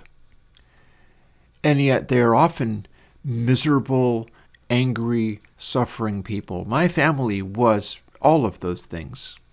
I am pleased and lucky to have survived all of that. I'm not on speaking terms with some of my family because they're too crazy and difficult. A lot of the people that you talk about, where they're in smaller villages without skyscrapers, know a lot about society and community that we don't. It is bringing all of those people together in a larger society indeed a society that is competing with other societies, like, for instance, the American Empire competing with other societies and doing phenomenally well for a very long time because they were bringing in all of those other aspects of people in what was meant to be a wildly diverse, lift my lamp beside the golden door, give us all of your immigrants type of society as a sort of grand experiment, made out of people who had been basically kicked out of England or rebelled against England. You've probably read some books that are fairly discredited. If you bring up, like, say, the bell curve, go and watch Sean's takedown of the bell curve. Some of the people writing that stuff are not honest. Oh, I live in a village makes sounds? Fair enough, man. You gotta keep an eye out for bad information. And firewood. See, this is one of the things that I can really relate to as, like, essentially a Scandinavian person. There's something in me that just really digs the wood stove. I'm quite happy with that. I'm also going to argue a little bit with Tasteful Thickness there about, like, you're out of your mind if you think that some of the stuff that I'm saying is self-hatred. It's absolutely not. It's coming to terms with these. It's like people in recovery working steps and doing, like, self-analysis. The point of learning about things in reality rather than just making up your own story about them is to understand where you're coming from and what you're like. For instance, the Minnesotans I was talking about earlier on, who were driven into an incomprehensible rage by people attacking their immigrant neighbors, and they didn't show it. And that is because people like me, people like that, I have very similar blood to those people in Minneapolis who were, like, pasty white and being incredibly like, gee, golly, I don't think I approve of that. And what that meant was they hated those people and would never trust them again as long as they lived. There is this tightness of behavior that had to evolve from people becoming more savage and fierce. So they learned to put a lid on stuff, and there's psychological damage that comes out of that. But it's doable. It's a way of managing, like, you could call it a higher predatory drive, something like that. And being able to still make functioning societies on the back of all of that. These are not things to have shame about. These are things to learn how to manage.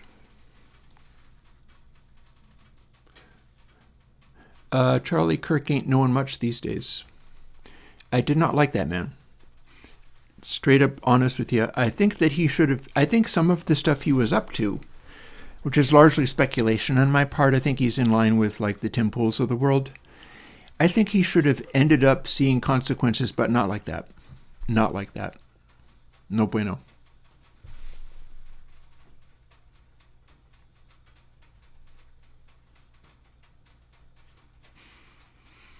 Yeah, my go-to regarding the line of inquiry that you're pursuing, I'll put it gently, is explain Coltrane.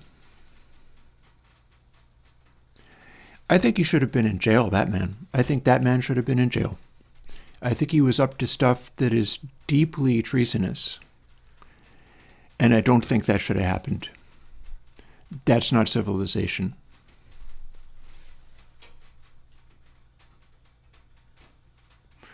I did not like that man. I deeply, deeply did not like that man. If you want to read that as the kind of things that the Minnesotan people would say, you're probably not too far off. I'm not letting it bug me, mind you, but... Alrighty, so firstly... Oh, okay, we are using system. So here's the first thing. Oh, unfortunately, I'm not. You could still have my plugins. I don't really get the kind of people you seem to like, but that's weird. But then the world's weird. See if I can copy all of this and paste it into search for. Signs point to yes.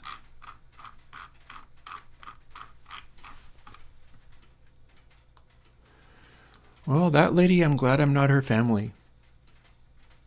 I'm pretty sure I know what you mean, but I don't think we agree on a lot of things, my friend.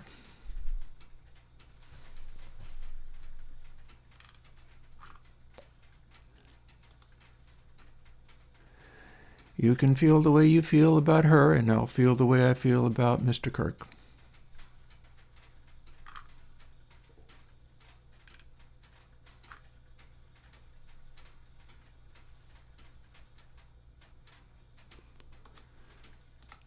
Why do I have an... Oh, I know why I have an underline.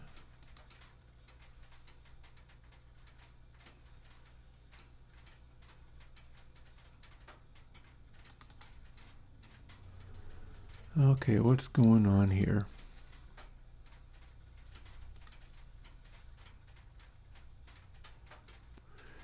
Why are you reading that this is already declared? That should be a different file. Oh, this is why. Oh, it was easily fixed. It was viewing the entire project, but I had just renamed the class. I renamed the class to Search 6, and it needs to be class of Search 4.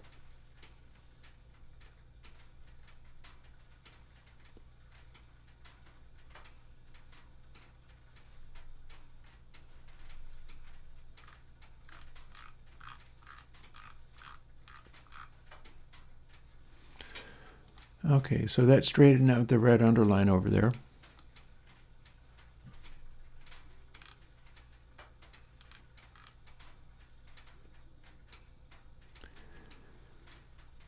I believe, let's see now.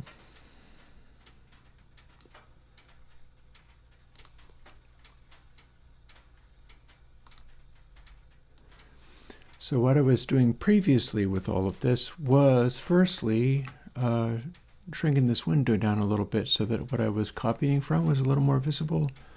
Looks like I can take it to here before it starts word wrapping. And then bringing this over here so that I can refer to this stuff and try to do whatever corrections I need to there. Oh no, auto gain, treason. You may not have auto gain.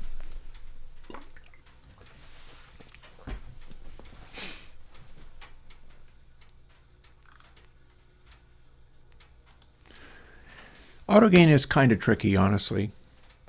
There is a fair bit about it where it's like if you're doing a transfer function change, what are you evaluating on? Are you evaluating auto gain based on peak? Are you evaluating auto gain based on RMS? What window are you measuring in? It's more complicated than you might think. Oh, now this does need to be changed. So let's see, search 6 disabled. Halt 6 disabled. And it's going to be, these are going to be the same, but it's going to be timer 4 instead of timer 6. Fair. So I'm watching for that kind of stuff because these are the things I have to change. That stuff seems to still be about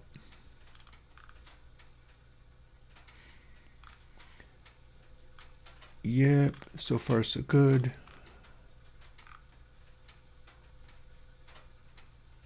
Oh.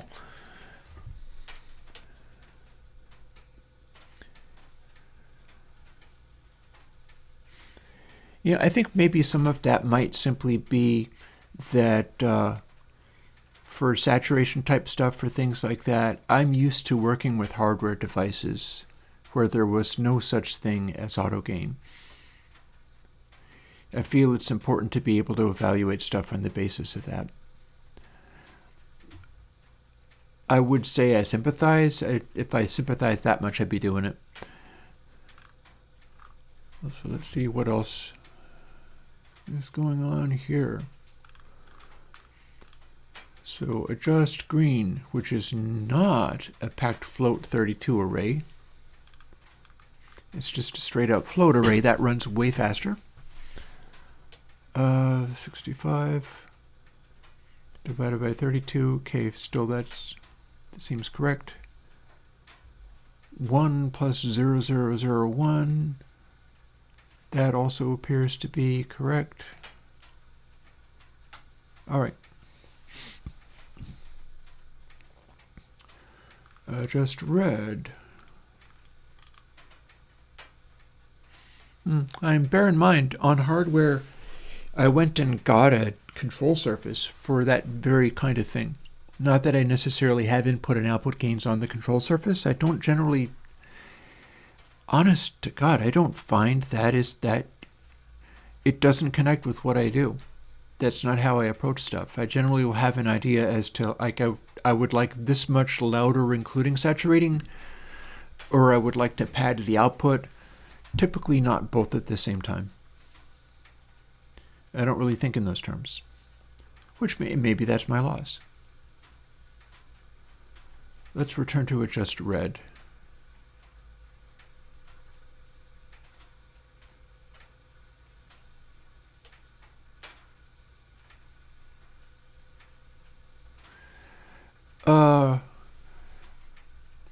Root node enterprise? I already do that. Look at Flutter. Look at the most recent version of 2tape. The most recent version of Flutter in specific is that isolated to a plugin. Mind you, I think I've got Flutter operating as a fully stereo thing, whereas I'm pretty sure that, no, I stand corrected. The most recent 2tapes Flutter control does in fact function in stereo, but it limits the amount of stereoness that it does to some extent. But they do not do a sine wave-like movement. They do a sine function as part of what makes it happen, but it's not a regular sine. It's a sine that jitters and changes its velocity, and that gives a more close to what you're talking about. Not vinyl, mind. Well, actually, no, you could even do it for WoW. It doesn't do both at once. But, yeah, look up Flutter. I've already done that. See, just red, simple X. Good, got there. Adjust blue. Okay. Adjust shape.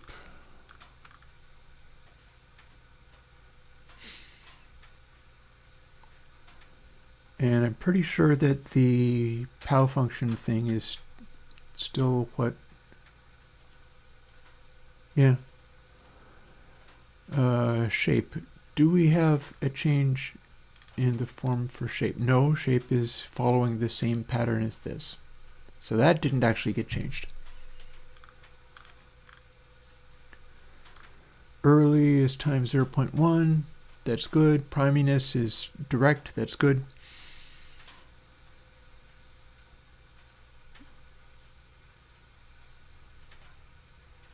Yeah, I can but try. You're seeing me getting in fights with people on, well, I'm not sure whether to call that fights or not. I'm not sure whether to say that I'm getting in fights with that particular fellow. We are apparently at daggers drawn, and he'd like to see me die for things like sympathizing with the lady that got murdered by ICE relative to Charlie Kirk, who should not have been murdered. I think that he should have been... I think he was up to criminal behavior and should have seen consequences for that did not involve him being murdered. But I couldn't prove that for even a million years. That's just my suspicion of how that went.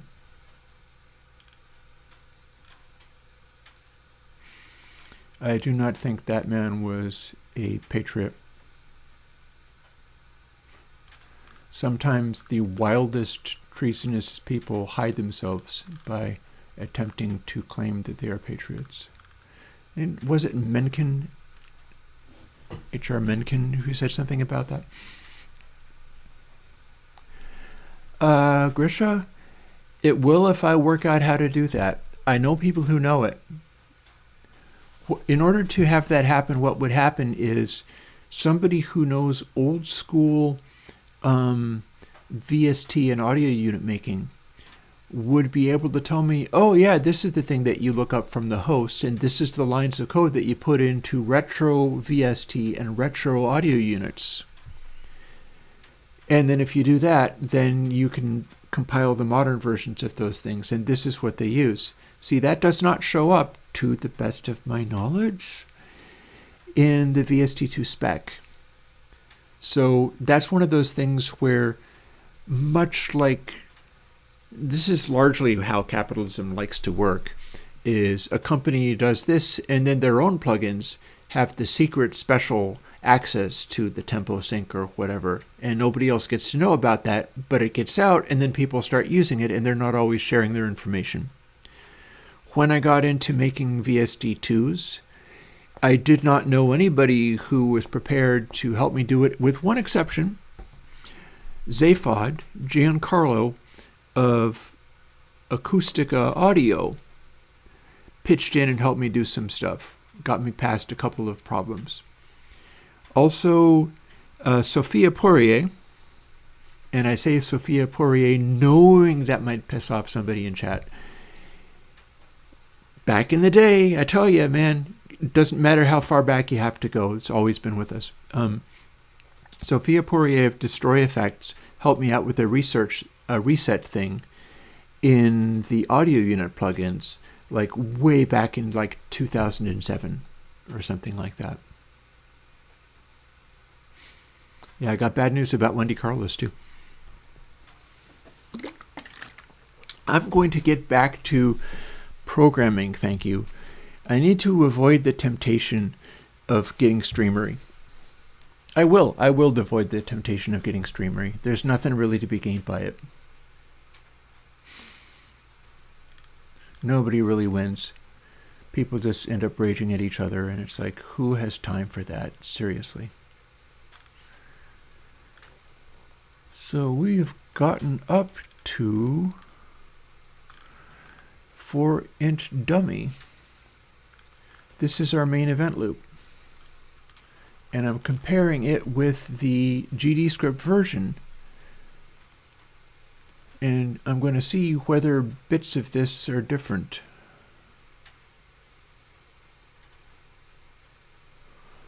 I can already see one part that's different. Looky there. So does this mean that delays needs to be instantiated as a smaller array? That's a very good question. Yeah, I think I missed a bit. I missed a part. So here is where my arrays are instantiated for these things. And whereas this is a 37-element array to be able to handle the 6x6 matrix, what I'm looking for is a 17-element array able to handle a 4x4 matrix. That'll make everything, not 47, what am I talking about? 17. So I almost missed that, thank goodness I didn't. It wouldn't have broken anything, mind you, but this is the whole point of me doing this. I may or may not completely finish by 2. Well, forever gloaming, I'm going to pull you back on that a little bit. My experience is coming from all kinds of terrible environments and all manner of stuff. A lot of people are doing their best. You'd be surprised by which people would be doing their... Like, I would be willing to guess that certain people that do very poorly, in my opinion, and I could say Mr. Kirk, but instead I could say Tim Pool, probably believes he is doing the best that he can in the best of all possible worlds by his moral compass. He's also the guy that is with Tenet Media that's getting paid heavily by Russia. So that explains everything about him I need to know. I think he is not patriotic. But he probably thinks that he is doing the right thing. People typically do. So when you say people who have nothing but hatred and misery in their pathetic hearts, what you're really seeing is people who have a very, very, very different worldview than yours and are probably saying the same kind of stuff about you and going to war. And that is human nature all over. Yeah, you're correct, Chad. There's no point in derailing the stream to argue politics. Like, I'll say my bit, but then I'll pull myself up because it's like nobody wins. This doesn't actually go anywhere. Mendeley 13. Those things are interesting. Like the robot dog, Spot, and whatever running around.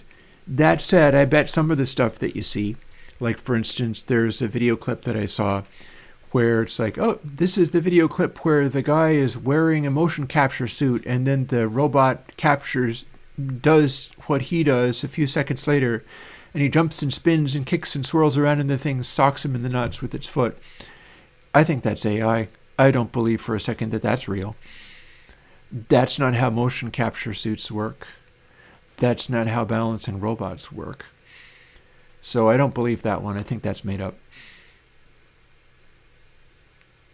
Also, observation about the idea around AI and robots and taking over everybody's everything. Somebody was talking real sassy around African people earlier. And without getting into what I consider to be the invalidity of that, again, YouTuber Sean has a video on the bell curve that's worth seeing regarding honesty versus dishonesty of the science there. But think about marathoners. Humans are able to exert themselves for an extraordinary amount of time. Watch Tirzu videos, for instance, because humans sweat and can dissipate heat.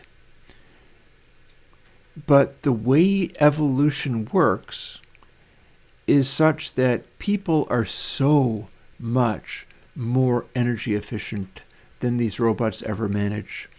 It's like the difference between batteries and, say, gasoline, which stores an extraordinary amount of energy in a chemical.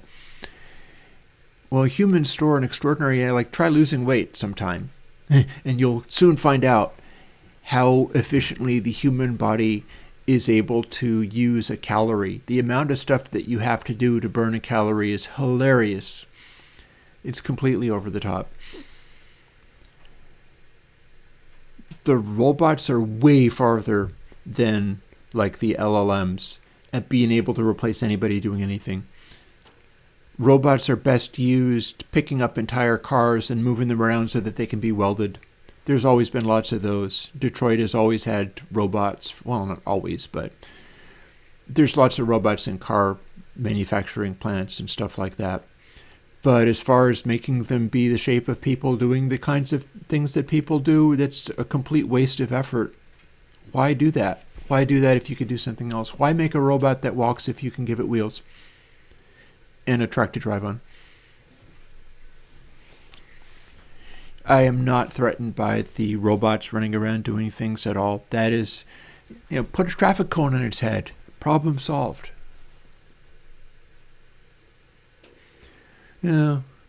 Forever gloaming, because of what I do where I do it, and I don't mean the coding and I don't mean Vermont, what I mean is being willing to go on the open internet doing live streams for programming. In a way, I have to have patience, because what else can you do? Like, you can not have patience and log off stream if somebody like that comes and starts throwing their weight around, but I'm not willing to simply refuse to stream on the back of that. It's fairly fortunate that I am not more successful than I am.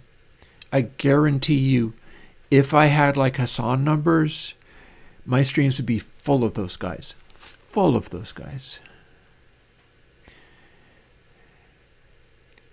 being a little obscure guy in the middle of nowhere living up in Vermont with a wood stove sometimes has its benefits. I get to do my work. It's 12:49, so I have a little over an hour.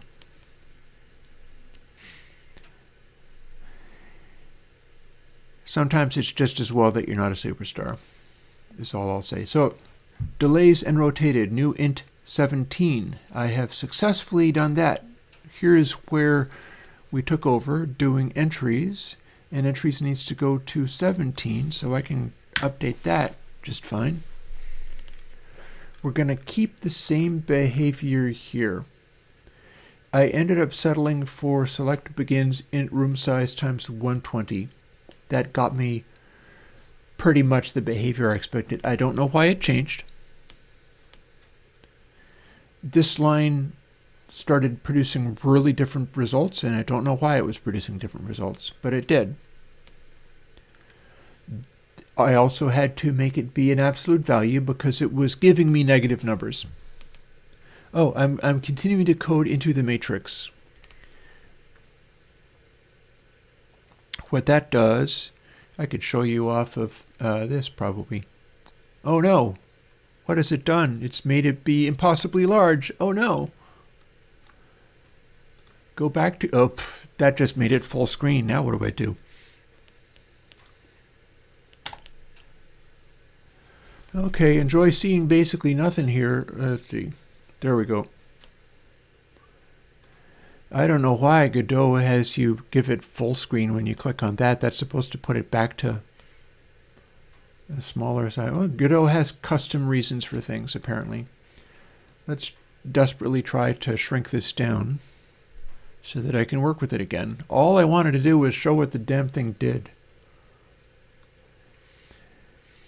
I'll end up like putting up with stream nonsense perfectly fine, but then getting mad at the program for doing crazy things at me. So, you can do this. Oh, actually, no, I can't, can I? I can, what? No, I can't. Okay, I can't show you the thing I wanted to show you. Don't mind me. I thought for a brief, exciting moment that I could run the GDScript version of one of these reverb calculating algorithms and then run the 6x6 version, which is ported to C#, and you'd see it going at like the speed of light, 10 times faster than the other one. And that would be my answer to what's the program you're coding. Actually, I can still do a bit of that, can't I? I can't show you how slow the GDScript stuff runs, but the new one can do this. So see where it says tries? These are randomly chosen with a streak of genetic algorithm in there. Examples of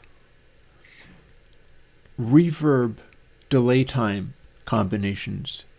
It's evaluating all of those based on the genetic algorithm and several fitness functions I've come up with. In doing that, it needs to process through all this data and see it's rapidly showing you different possibilities. Previous versions of this program were able to do like 5 to 10 a second. This is doing about 1,000 trials a second. And the end result for what you do with it is, say there is a 390 seat club, it's making it be that size. If I rerun it again,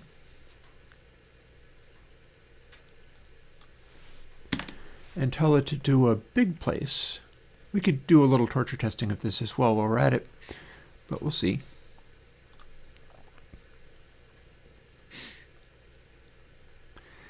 We are now doing a 2,000 seat arena. If I generate lots of these, it's still going at a pretty good clip. I think it's going a little bit larger. Here, tell you what, I'm going to run it in such a way that it breaks, or I'll see what it takes to get it to break. Run it again. It's sort of in debug mode, so that's pretty safe. If I tell it to be a 10,000 seat arena, or very nearly. We'll see what it does on the back of that.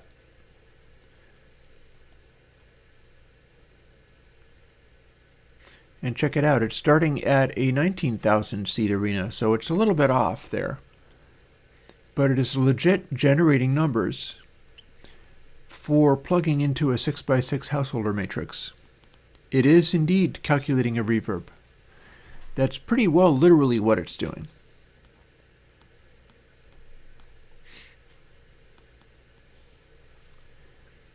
And then what it does with that, since this is not a reverb all by itself, what we do is get a text file handy. And I've set it up so it's going to be grinding away trying to think of this. And that's its best out of, well, it's the last time it updated, it was 282 to 1. At this stage, if it updates again, it's going to be looking at like 13,000 to 1 odds of being able to come up with a random one that's any better. And it'll keep on doing that overnight if I want. That's what I've been doing, is getting this program, running it. It would be running a lot slower than this, but it would be running it. See? And there now our chances are 16,219 to 1. And we're continuing to try to find more. And that's a smaller arena. We ended up beating the score of the previous one with one that's only 4,000 seats. If I hit stop, it will copy all the information to the text clipboard and quit the application. And then if I hit paste that into my program verb sixes.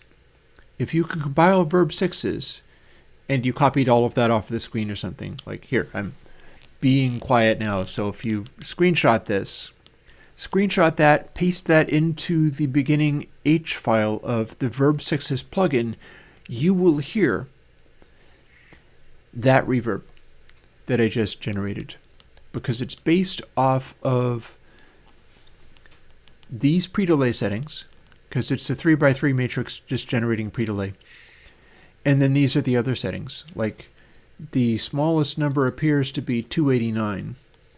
Nope, smallest number is 113. And these are all calculated out to combine with each other in such a way that it sounds the most like an acoustic space. That's the job at hand for dealing with all of this. And that's how we do. So now I'm going to drag this back to where it needs to be. See, we're still in search for.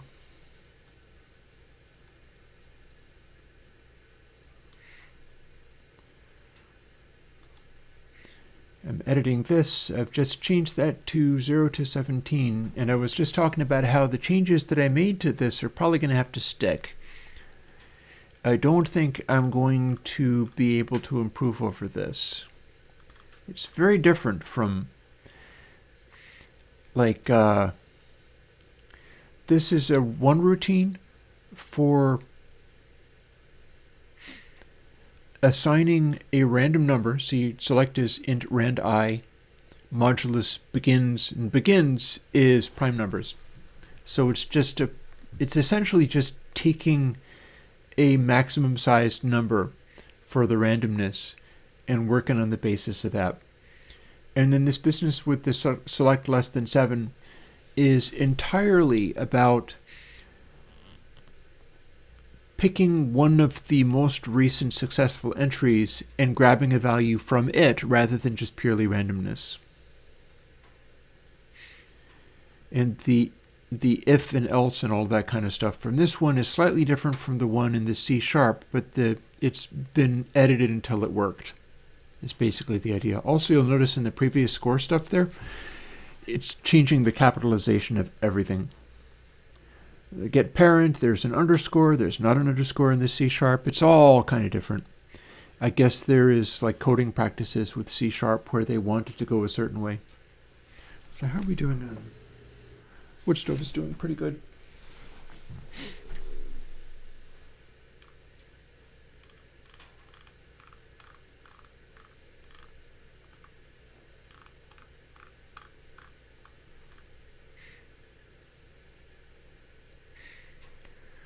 I think I can move my windows around a little bit and have this work better for me. Give me a second. There we go. That window can fill up a lot of the screen, really. I wanted to be able to see the streaming info a little bit. Even though the current version of YouTube's streaming web page does not allow my old version of Chromium to show what's actually being streamed. But it still shows me how many viewers, and I still have chat, which I should set chat to live chat, because our little friend may have gotten himself silenced by YouTube carrying on like that. Might have ended up, I had top chat, and I normally prefer not to have top chat selected, because that means it is allowing YouTube to censor people's talk, and I don't choose to do that.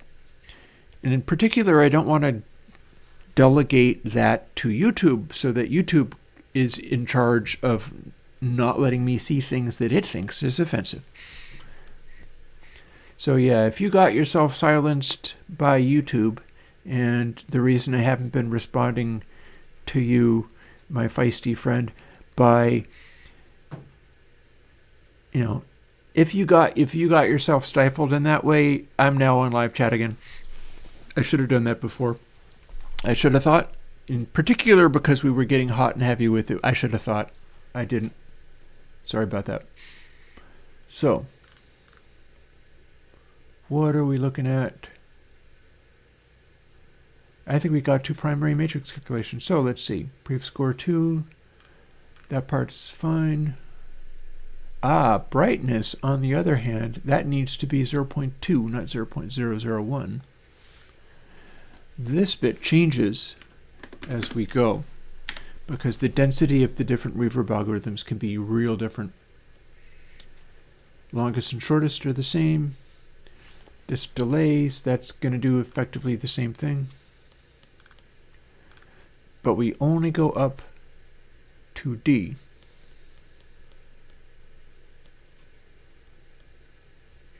But we're keeping the same basic information. So let's see what this is going to take. This might be a little messy.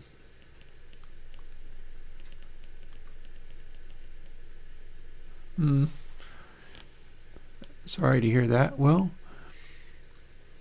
12-bar jazz loop sounds fun, though. Also, these numbers are all changing too. So let's do this first. There's 2 for loops that need to be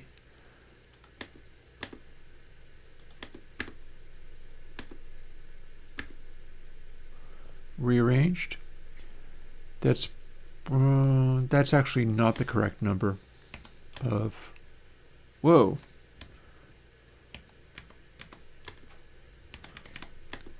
If I step back by 1, it goes back to the correct space. We need to count delays A to delays D, and then you're going to see another bug that got fixed on Tuesday, which is, I think, contributing to the new reverb sounding better. Look up Glitch Shifter, Gisby. Glitch Shifter is a plugin good enough that, hang on, one thing at a time. Not that I ever do one thing at a time, but one thing at a time in this case. I got to get these numbers right. 8 to 5.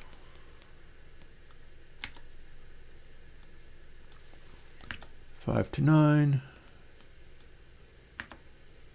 9 to 13. And then 13 to 17.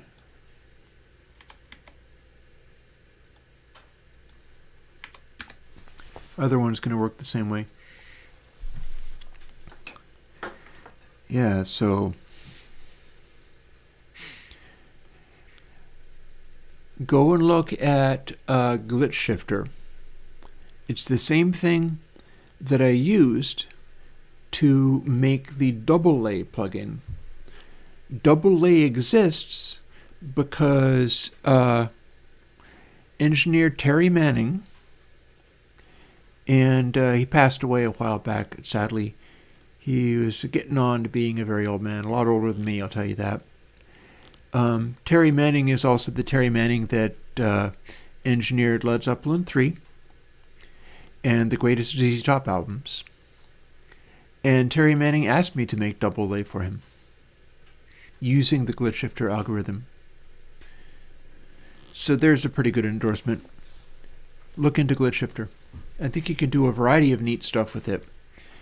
It is not the same kind of pitch shift plugin that you get on, say, an FFT-based frequency shifter, because it's not doing that thing. Instead, it's doing a much more raw delay buffer manipulator thing. So there's your answer. Look up that. That might be the thing for you. Or if not, at least it'll be an interesting thing to play with. DAWs have pitch shifter plugins as well. Mine doesn't sound the same as theirs. Mine sounds a little rawer and vibier. That, I think, is up to speed. This is not going to be. This is going to be completely different. Let's run this together. Oh, look at that. I guess I must have fixed it everywhere I found it.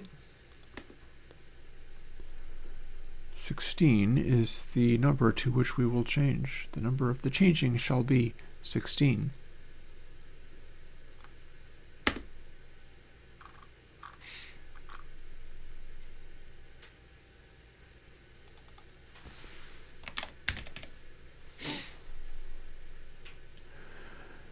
Do not have FFT weirdness Airwindows stuff, no. There will come a day when I work out how to do that one. There was a day that I did not have biquad filter Airwindows stuff, and that ended up having all kinds of uses. So there will come a day when I reprogram FFT in a fashion that I understand, which is probably going to be very different from how they normally go. And at that point, what I'll be doing is very likely doing FFT-based noise reducer plugins, because the thing about that is if I can synchronize the output of the FFT, which is likely to be, it's likely not, like I'm pretty sure the FFTs work in a way that's kind of like phase linear. I think that's how that goes, which means it's going to have a pile of latency. So normally the way that people do that is they treat it like it is an MP3 encoding and decoding situation, where they make all the FFT bins, they do the processing on the bins, and then they reassemble it back. And when you reassemble it back, it's never the same. I don't work with MP3s in my mixes, nor should anybody else. You can't really do MP3s in live performances or at big clubs or anything like that either, because people will, you turn it up loud enough, people will start picking it out. But if I can do it in such a way where it does the exaggerated version and then mix it with unprocessed dry by doing whatever level of delay is needed to reconstruct it, even if it's not a perfect reconstruction, that's still going to be better. And I don't think anybody's doing it because people assume you can just bust things into an FFT and then put it back and it'll be fine. And it's never fine. So yeah. I don't need FFT weirdness stuff because there's Michael Norris. Michael Norris plugins exist. Use those. I'm using those for analyzing my reverbs. Let's see about fixing some of this stuff. Rotated. 13, 9, 5, 1. This is rotating the matrix. I'm almost certain I was not doing this correctly before just last Tuesday. I'm pretty sure that the way I had it, I had do delays and then do rotated, and then it just ran delays again, which isn't, it didn't give you broken results, but it was only doing half the work and leaving the other half of the work essentially unevaluated. So it was crippling the results of my stuff, and it's been like that forever. So what I'm doing going forward from this Tuesday onwards is likely to be able to do way better than that. That is at least my opinion. I think that was a substantial F-up on my part at this point going forward. So let's see, it's 15, 11, 7, 2, 16, 12, 8, 4. Now I should have a rotated matrix, which is the actual reverbs work in this way. They'll do one direction across the matrix and the other direction down the matrix, meaning that all the little intermediate delay lines, all the little detail sounds, are not going to be exactly the same on each channel. It's going to be a big dense reverb sound, but there's never like mono stuff lining up. Instead, there's going to be a stereo-like effect going on. In fact, if I'm able to bring in the... did you spot a problem with me? Care rotated 12. I see delays 12 there. 13.951.14, got that. 10.6.2.15, got that. 11.7.5, 11. Oh, ha ha ha ha ha. Might not be the thing you were going to mention, but by God, that's a mistake, isn't it? Delays 3, not 2. Thank you for saying that, even if that's not the thing you were talking about, because that was a bug.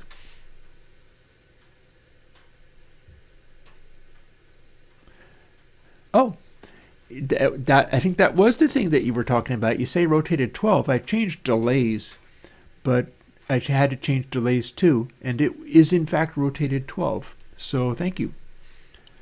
I didn't even spot that you were telling me where to look. I just had to count down and I spotted it. We good. We good. C. Up to D, same degree of fussing with stuff.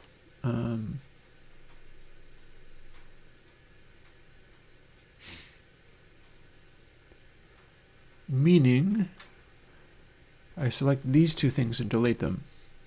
And then I delete that, and then I delete that, and then we are caught up.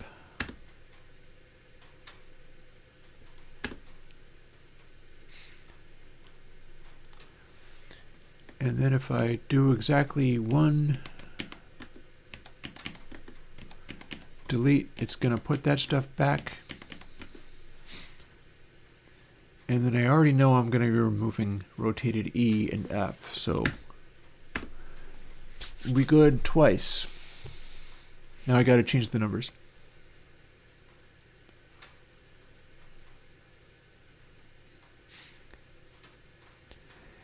I'm pleased to hear it, and that bodes well for future stuff. You know that I could make a 4-band using exactly the same techniques and it would work the same way. There's a lot of stuff I could do with that technique. Thing about Smoothie Q3 compared to Smoothie Q2 is it is both way more efficient, but it's also got a particular kind of smoother filter, which is the combination of a biquad and an IIR in a particular way to make a Butterworth filter that is steeper than a simple, naive single biquad. But it's not a double biquad, it is an entirely separate beast. And it seems to me that it's working out pretty good. You're not the first person who's been pleased by what they're getting out of it. There was another fellow who was doing mixing and was like, I can use this on my mix bus. I've never been able to do that before. And it's like, cool. I'm glad that you can, and that speaks volumes as to it being useful in that context.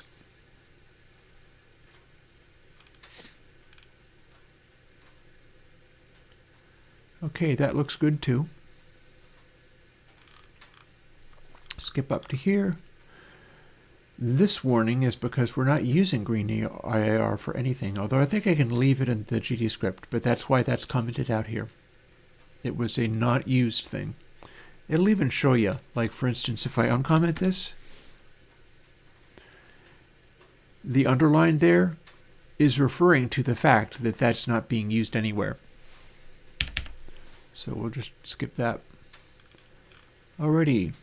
Now we start evaluating. This might be exactly the same and it might be different. Depends upon how this worked out.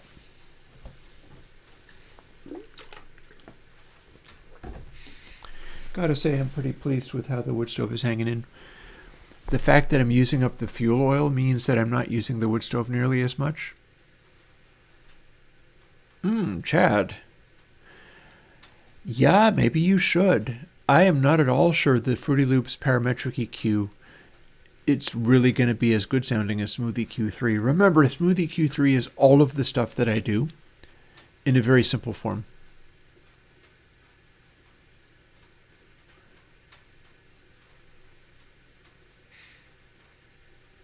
I think I have a feedback in Glitch Shifter, which kind of reminds, I should have not only a feedback, but I should also have a feedback and a separate delay line on the feedback in Glitch Shifter. Like that would be cool. I could do that on Glitch Shifter and I could do it in stereo. You could have two different delays. So you could run something in mono, and then you not only have two there's a guy who's been talking to me a lot on Patreon who wants all of the things to be in dual pan, dual everything. He wants dual EQs. He wants the EQs to have distinct and separate bands for left and right. In making plugins, I often find that I need to simplify the UI. So nothing is stopping me from doing like Smooth EQ4, which is the 4-band, but oh hey, guess what? It also has separate left and right plugins for the 4-band, because nothing's stopping me from doing that. That is possible. I could have like a pan control to do micro adjustments of the loudnesses of the bands, and it would be in the form of a pan control rather than in the form of dual mono. These are all doable things. I just haven't really thought of it. Maybe that would be a nice thing to add. If I come up with some good way of, in particular if I can bring the GUI stuff in there. Because if I do the GUI stuff, I could have some of the controls be physically smaller than the others.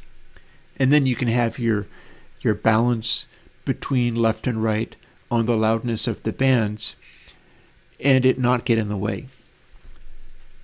I would pretty much specifically do it for that reason. I could do like my large knob and then tiny knob in the corner, and the tiny knob could be the pan knob.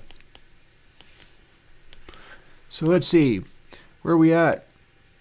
Green IIR does not count, so we're not going to be doing that. Average is 0 for different flavor of for loop. Inf delays T equals square root disp delays. Okay. Larger than 0, green unbright plus 1, unprime count plus disp delays T. Yep, okay, that's still correct. Disp delays T divided by equals. That was a suggestion from Ryder. Ryder didn't like me having it be disp delays T equals disp delay T divided by. It wanted it in the divided equals. So I'm like, okay, you go ahead, knock yourself out. And it ran fine. So adjust shape minus sine float T divided by float longest divided by 14. That, with all of its extraneous little things, and this is not the guts of the algorithm, so we can pretty much get away with that. Or can we simplify it? What happens if we do this?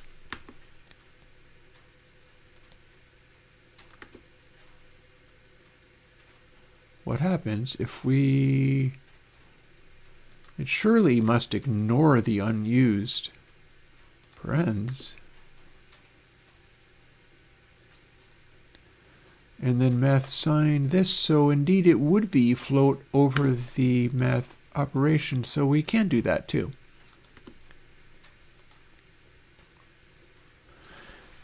And then I like having the params around the divided by equals. Go figure. But it says I don't need them. So we're going to take that out too.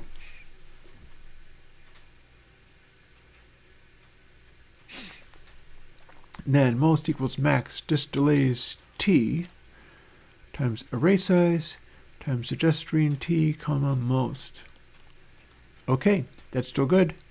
Comment is in green here, comment is in gray here. Different language for doing that. Green average plus delays t squared.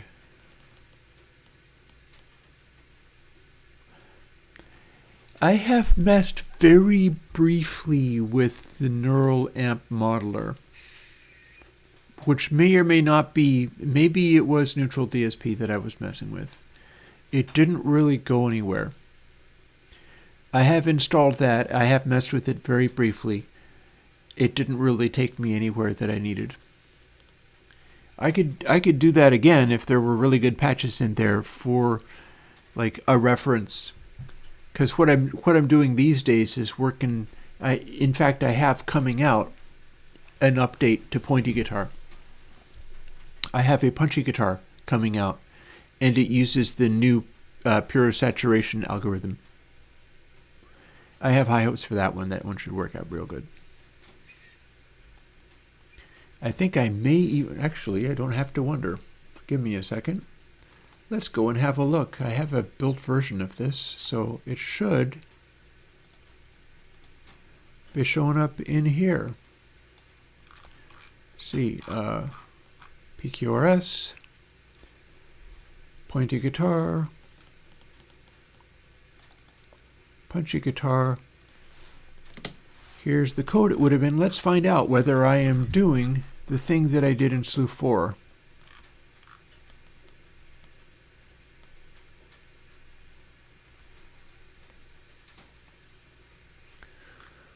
I'm not sure I am. I don't think I am. Which kind of makes sense because the filter process already does that, so I shouldn't have to do it. But yeah. There you are. There is a plugin coming out. There's a Punchy Guitar and a Punchy Deluxe. They use the pure saturation algorithm. So I'm basically doing those and running into Console X2 and using the high pass and low pass in Console X2 because of how phasey they are. And that replaces everything about an amp modeler and cab simulator for me. Just doing that other thing. Transformer input and output.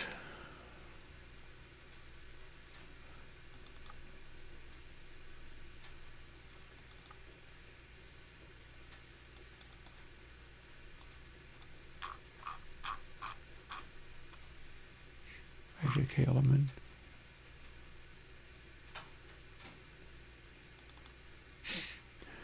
Coils 2. Try those out. Those were my attempt at emulating a transformer. Which is not, it's kind of old. Like that one's 2021. So that's a few years ago. And the original one? No, I guess that was also 2021. Or was it? This is going to tell me, ooh, Coils is from 2019. 2019 Airwindows. There's not all that much to it, but it's this. So try Coils, see if that does anything for you. And let's also see again. Coils 2. So Coils 1 was 2019. Coils 2 is 2021. So it's actually been a while since I revisited this. We could get a little more fancy with it. I'll bring Punchy Guitar out. There's many things that I'm doing. That's one of them. I'm excited. It should be fun. I might end up going... One of the things that I would like to do is take my... I wonder if I have that camera.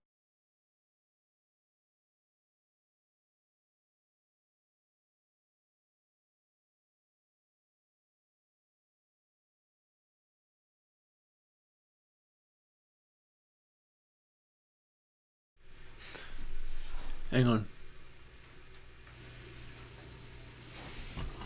Okay. Overall mic. This amp, this is my special little amp.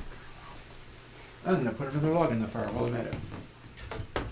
And I did have that camera on. Hey, this view is the view that you would be seeing if I was recording music on stream. I'd be using that one. So the amp that you see, which is a sort of brownish color, because it's wafer board, I've had that stuff around for so long. I built that amp cabinet like 30 years ago. 30 years ago I built that thing.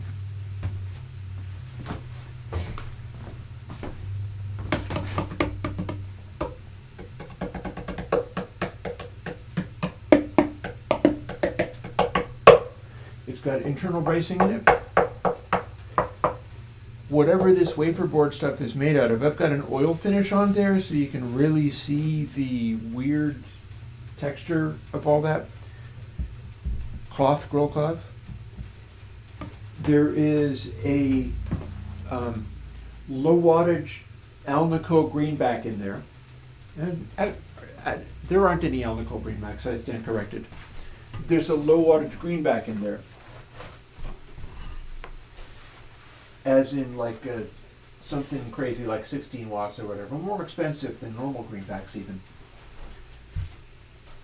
And that's my magical little guitar amp. The tube amp built into it is a heavily modified Valve Junior. It's an Epiphone Valve Junior is all it is. It's got a patch point where you can patch into it between the two, the input tube and the output tubes. So it does also have that, but pretty much that's still all it is. There's no tone controls in it or anything. Everything that I do that way I have to do in pedals or whatever. And it is essentially like a Fender Super Clean Tone the way I've got it. Except that if I plug my Telecaster into it, which is the yellow guitar that my finger is on here, it is the raunchiest, skronkiest thing imaginable because that Telecaster has really grungy old pickups. And a grungy old bridge Telecaster pickup is something to behold. Spectacular. So, and then the neck pickup is either broken or just incredibly underwound because it's super low output and it's really wiry. And what I would like to do, especially once I get Punchy Guitar out, especially Punchy Deluxe more even than that, is I want to get some reference recordings of that amp. That amp. There. It's off of the floor on an amp stand and everything. Using stereo mini K47s, which gets it to be basically for that kind of bright amp tone as good as I can do in real life. I can't beat that in real life for certain particular guitar tones. I can't make a heavy tone out of it. I can't make a bassy tone out of it. But for that sort of ice pick in the ear, Fender Twinny kind of just clangy tone, It's amazing at that, and it's ear-splittingly loud, considering that it's a Valve Junior. But that's because the speaker is so efficient. I want to capture sound off of that through the K47s, which I'm going to do when I've got so many other things to do, so I'm finishing this plugin for today. And then hook up like Punchy Deluxe into Console X2, which the way I've got this set up, like these banks of controls are assigned to Chimey Deluxe and either Pointy Deluxe or Punchy Deluxe. There's for adjusting the 10 controls in each of those. And then you go to the high pass and low pass for the cabinet style thing.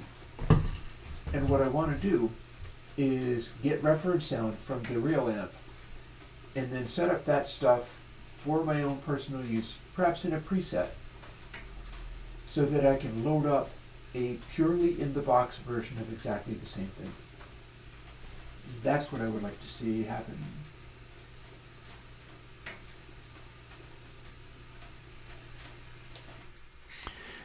And with that, we'll get back to both the regular microphone and the fireplace cam, and back to doing the coding. Because I sure do have a bunch of that to do, but we're doing pretty good, all things considered. It's going to be fun to see how fast this goes. This one's going to go way faster than the other one. It always did. It always did run a lot faster, but it's going to become silly. So where are we at? We did green average equals displays t squared, so we have a separate, not a number check, but this is the one. Turns out you have to do float isnan, but you can't do most and then a dot and then check to see if that's isnan, because that doesn't work. Green amount equals most. I don't know why I'm setting green bright to be... No, I do. It is the same as setting green bright to be 0 up here. Except for in this, oh no, we're setting it to be 0 and then we're setting it to be 0 again. You know what? We don't need to do both of those. We are not using it here. Or are we? Are we? No, we're not.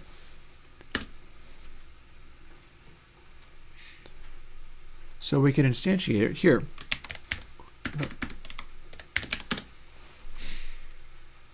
See, no errors, no problems.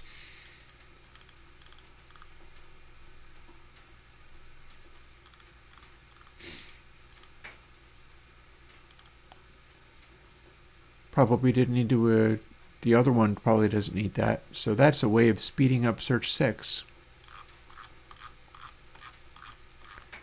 Which I'm going to do while we're in.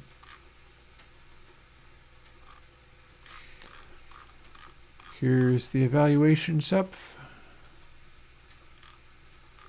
Here's, oh, no, that one does require that to be there, but it doesn't need to be instantiated here. That's what.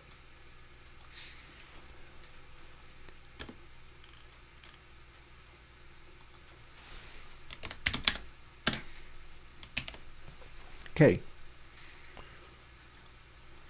At this stage we need green bright, but we did not need it here. And then here is where we go through it again, measuring for density of stuff. I honestly don't know how to model an amp using the neural amp modeler. It's not to say that I'm not willing. Like, it's the sort of thing that I'd be willing to do. I would share the sound that I get with my microphones and all of my stuff. I would share that. I've not used it in any such way. So, Chad, talk to me about that again if you'd like to see me pursue that. There's going to come a time when I'm setting up the guitar for doing that kind of thing, and that's probably the point at which I would need. I've even got a multi-channel output. I have got a out on the Motu 16A that I have dedicated to using for in-the-box guitar feedback scenarios. And that's done by taking one of the outs of the 16A, which I can run an additional send to if I want, and running it just only the hot to a single 1/4-inch jack. If I plug that into my amp, and not the first stage, but the second stage, just the power tubes, that gets me the kind of shrill, deafeningly loud in the room sound from whatever amp simulator I'm using, where I can do feedback with it easily. I've done that before. So that's probably what I would use for using a neural amp modeler and making a patch using that, like making a setup, getting a sound with the amp and the mics and all of the things. I wonder if they let you do a stereo sound. I could model a stereo sound. I'd be recording it that way. And it would have a little bit of reverb in with it. Not lots, but a little bit of acoustic room sound. And that's how that would work. I'm sure with such a modeler you do have to run a sound into the amp, so it would be like that. Yeah, well, I haven't even begun messing with it, so I totally haven't figured it out. But yeah, go ahead and learn how to do it, and then we can do that on another stream sometime, maybe. Because I'd be completely willing to do that. I would share my patches with. I don't know if you can do fancy things like time-based effects, things like flangers and stuff. I don't think you can capture that into a neural amp modeler, but a straight patch should be possible to do. As near as I can tell, that would work. All right, we're coming down to the line. I've only got about 20 minutes left. And this is not going to be one of those situations where I derp around and continue 2 hours after I said that I was going to finish, because I have an appointment to get to, and I'm giving myself a little time to just kind of unwind and, make sure my car is running, etc., all that kind of stuff. So let's jump into this. Here's the nan most. Int min array size, maximum possible array size. That apparently was already a thing. Begins t is less than array size. Well, in this case, you don't have to cast it, do you?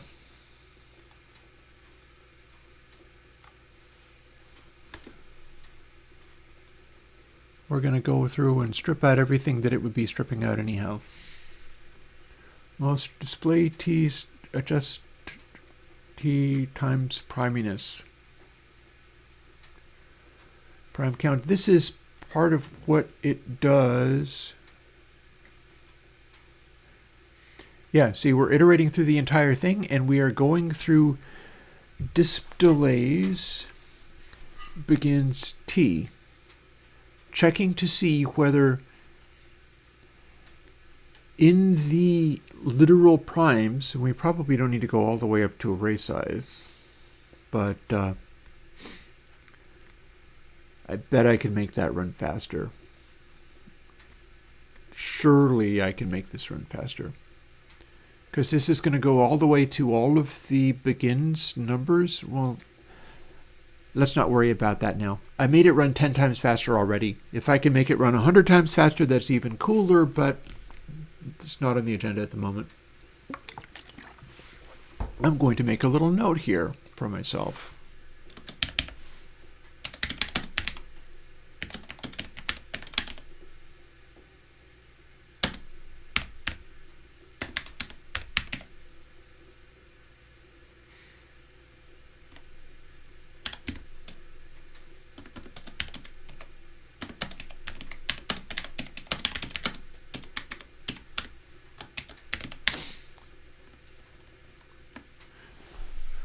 So that question is because currently every time we get to this point and it's evaluating, it is counting through every possible prime, even the ones that are larger than any of the stuff we're using. That seems unnecessary. I bet I can do better than that. There's bound to be a way, because this is going to be a lot of iteration. And that's going to be going through large numbers of these where disk delays begins t is not in fact larger than 0.0. So we won't run this code, but we don't need to iterate through literally the entire range of possible primes. We can go only up to primes that we're capable of using.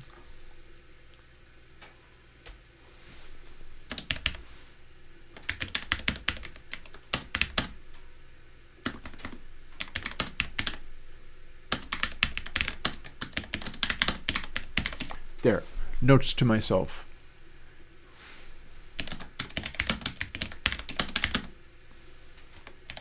Also applies to 6x6. I'll fix that later. Apparently we don't need to put these in parens. Actually, we wouldn't even if there was not the plus equals, because sequence of operations.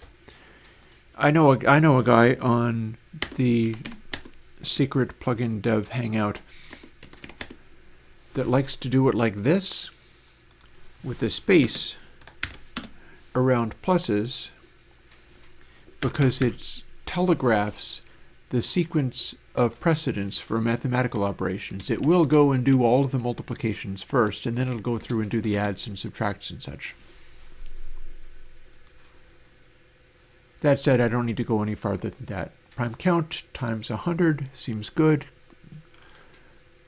Most equals max most and 0 seems good. Don't have to worry about the comments. Spacings, that's the same as fill00 for GDScript, but much faster. I think we're basically throwing out anything that was previously in spacings and just lining out another array of memory. It's able to do it like indefinitely, so whatever this is, it's doing it nicely and not leaking a lot of memory. 0, 0.0, 0, red amount equals 0. Range 2 to array size -1, that seems good. 0 total, 1.618. Comment smiley face because it's the golden ratio, and that's a running gag with me. Echo run times 0.5 seems good.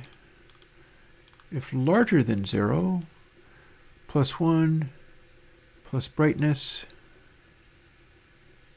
float square root 0.1 times 0.5 seems good. Here's slightly differently arranged. If red amount times 0 run less than 0 times 0.5 times the just red t equals 0 run times 0.5 times the rest red t. So we're using red to weight against long initial delay.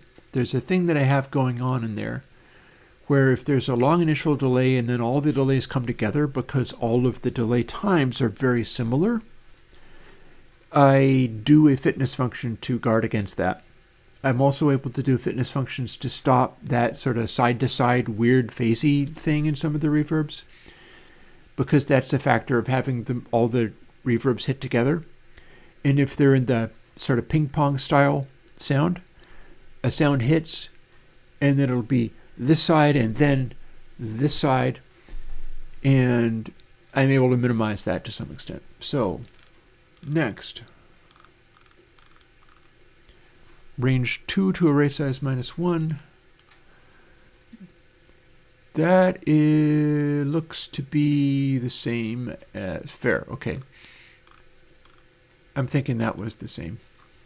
I suppose I could double check.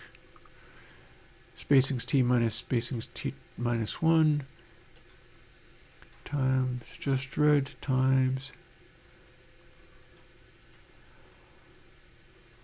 Alrighty. Seems legit.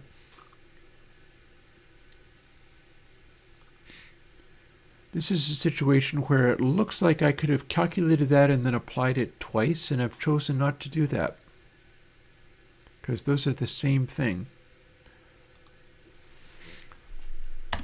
So tell you what I could do is we can try it. I don't know whether it's going to make it run faster, but I do know that I could do that. It is even using a square root and an abs. So arguably it's better that I make the temporary variable, even though one normally doesn't do that.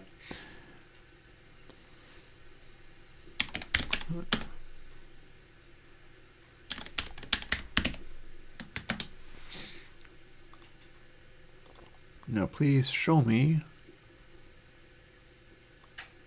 what I must use.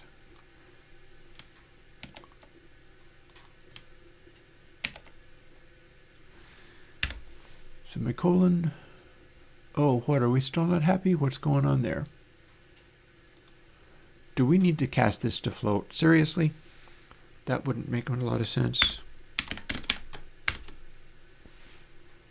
We apparently needed to cast it to float. I guess it's coming out as a double or something.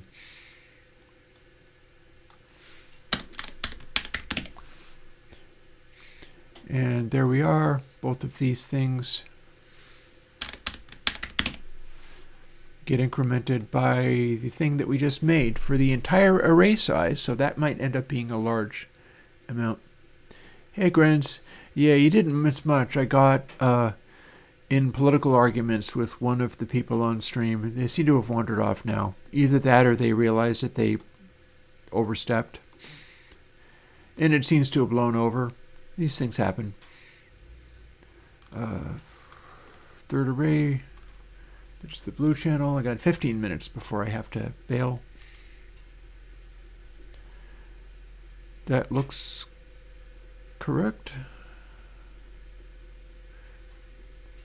We do have a change here, however, with regard to how much of this gets applied. Times 8, not times 128. I believe that is the only change. I believe this is not going to...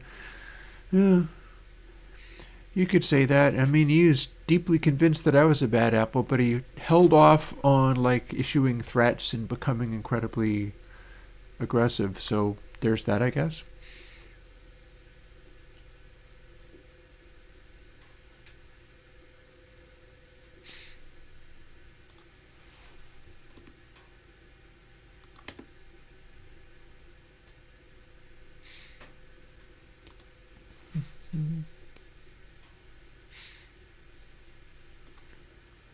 That seems fine.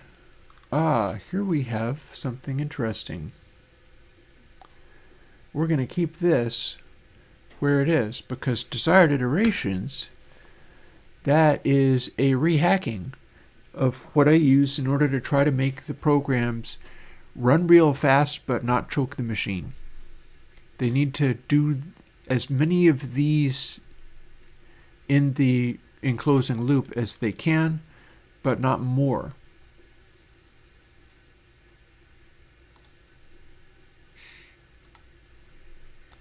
And let's scan for changes to here. We're probably not going to get changes from this point on, but might as well check. Ah, there's a change. We don't do 37 of these, we only do 17. Rest of it is fine. Edit seats. I feel like this is saying what it's saying because we're not using it, but that's cool.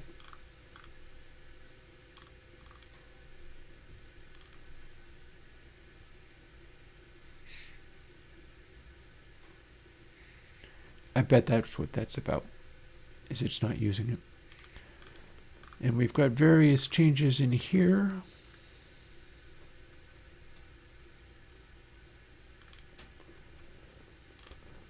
In particular, we have to change it because if begins has T doesn't exist in C#. So that gets us up to here. I think that's all the same. The amplitudes of these things sometimes change. In this case, it is not. So it begins, has T, that looks the same, that looks the same, that looks the same. Cool.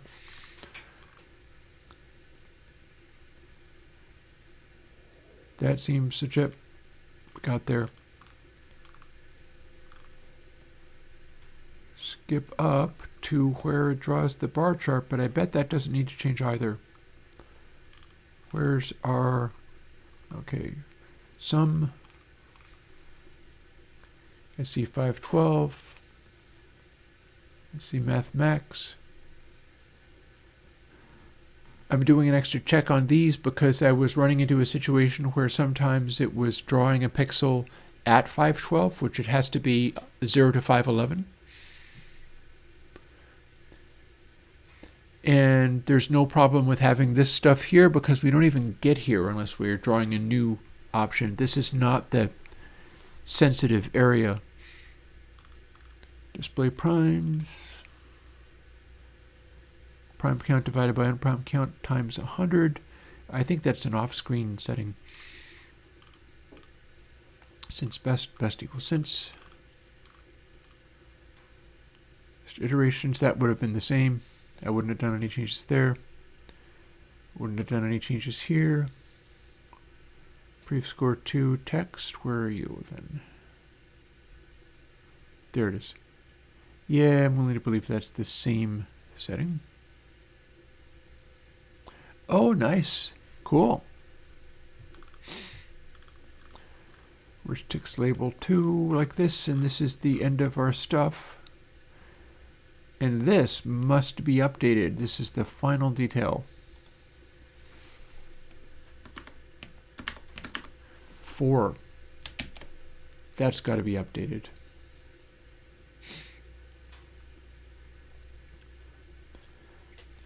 So if all of that worked, and if I go to here, inspector script, search for has to go to search for C#. And then the timer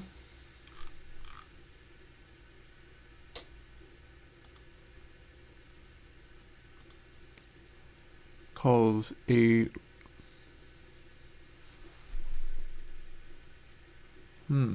okay. Do I have this right or do I need to update it? I can check timer 6. Timer 6 is calling capital pressed. Timer 4 is not doing that yet. I thought I had gotten that one covered.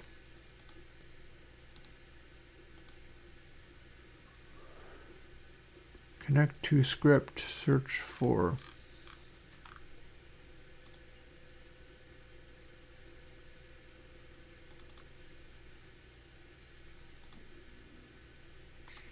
See, it's capital.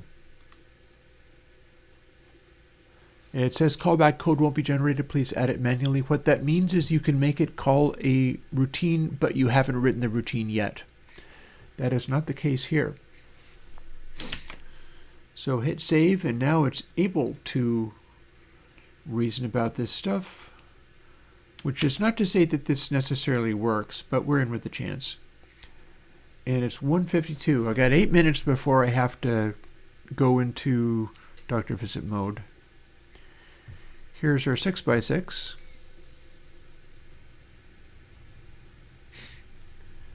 Goes pretty quick. Now let's see if we have successfully made a 4x4. Perhaps not. I feel like that's an error. Okay, let's see if we can solve that.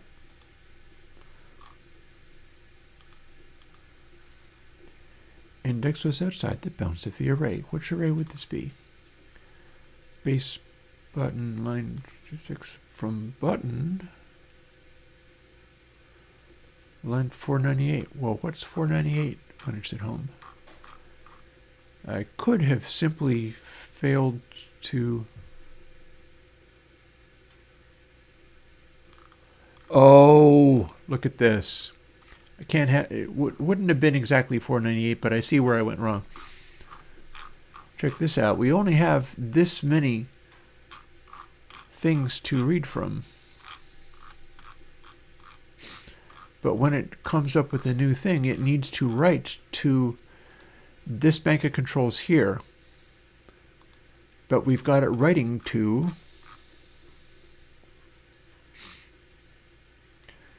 all of the controls from delays that don't exist. So this is going to require a little more fussing, but it's not actually that hard.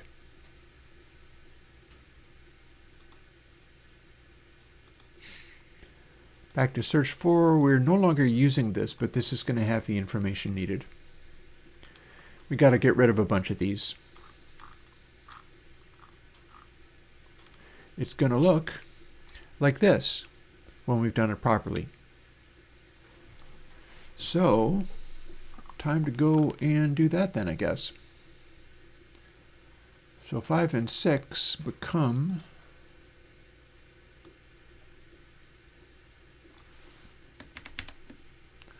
oh, thank you. That's not what I wanted at all.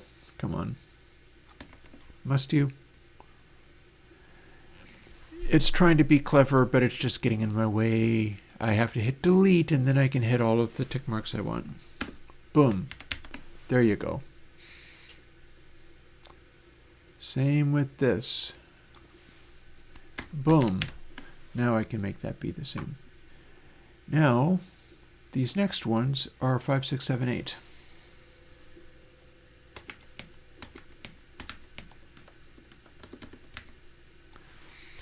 Then we got another 2. Because this is part of the grid that we're working with.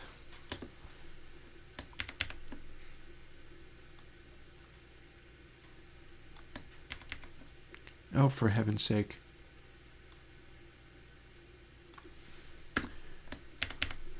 That's what I wanted. Thank you. 9, 10, 11, 12.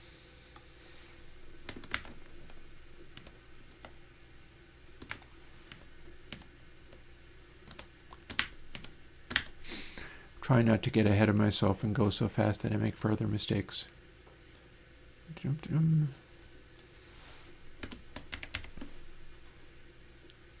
I've still got like 4 minutes before the end of stream. Oh, and I keep doing the dumb thing. I keep thinking if I type that, it will make the other thing go away, but all it's doing is enclosing it in quotes, as if I wanted to use it directly, which I do not. 13, 14, 15, 16.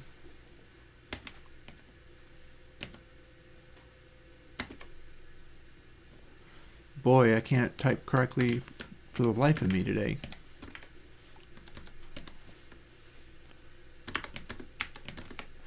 That's more like it. And then all the rest of these are blank.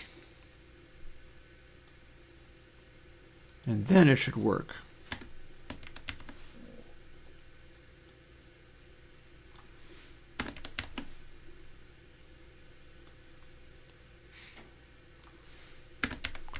I don't technically have to make all of these empty string. I'm just doing it. There's a neatness to it in my mind. I could just leave them alone, but I'm blanking them. You can't even see them. And this only happens very rarely, so it doesn't matter if it's efficient or not.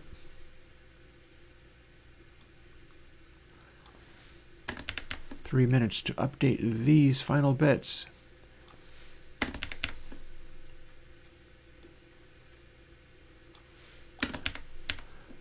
Oh, and I don't have to type 2 of them because whenever I type 1 of them, it gives me the other. Okay. Well, at least it's not ending me up with 3 double quotes that when I do that.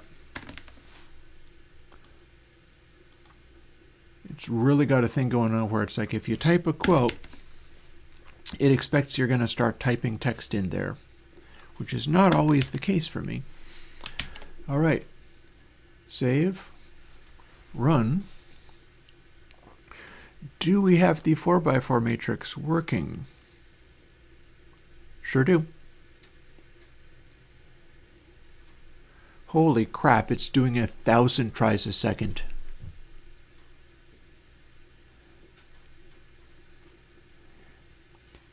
This is going to come in handy. This is going to come in all kinds of handy. Wow. 1,000. Yeah, right up against the clock. Look at it go. Look at this go. However, I do have a concern. Look at that. it's not enabling the stop button. I've made a mistake in here somewhere. So I'm going to have to close that. And then I'm going to have to go and look and see what bits I have done an error. So halt pressed, it's going to be up at the top. Here's where I disable and enable stuff. I've missed one. Zip that up. So search 6 disabled, halt 6 disabled. Search 5. Okay. Okay, that explains it. 5 disabled. Halt 5 disabled.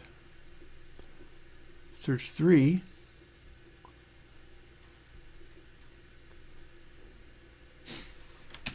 That ought to do it. It is exactly 2. Let's fire up BB Edit again. Let's get that rolling.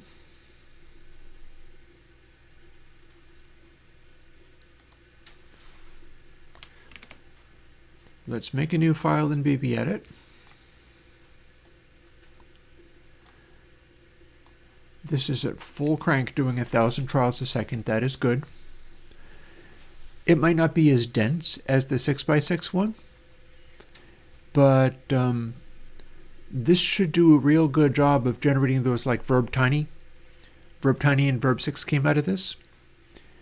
So I should be able to continue pushing it. See, what the bar graph thing is saying is that the priminess and the distribution of these played a large role, whereas the greenness did not play as much of a large role, although the amount of this bright green area is the number of primes relative to the number of not primes. So that being bigger is also important. And it will continue trying to do these until it comes up with the ultimate. So 9, 80, 81. We're going to be seeing like 100,000 trials here before very long. And we're up to 10,000 to 1 chances of making it go any better. And note that stop is now available. There's our 100,000.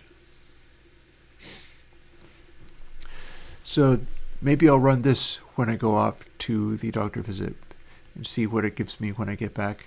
Presumably this can continue on to unthinkably large numbers. I might have to use like a long int for some of these, because it might just keep going until the size of an int is not enough to track how many trials it made. And then if I hit stop, it will copy the result to the clipboard. I said it will copy the result to the clipboard and stop. Okay, we ain't quite done yet.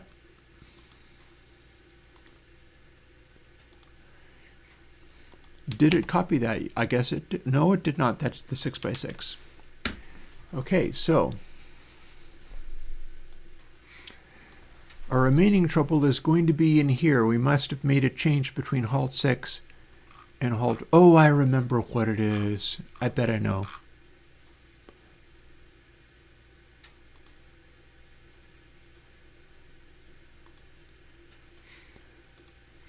So that's the same, but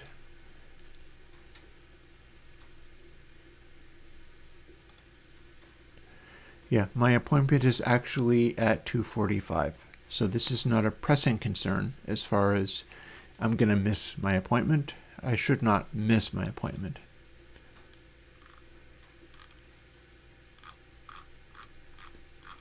But one thing that's going on here is maybe I need to update this. I think I have this copied over.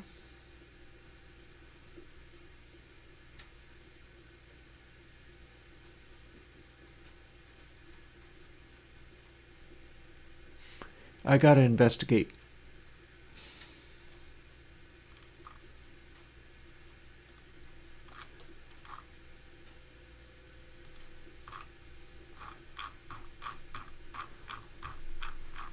So I feel like I had that in there.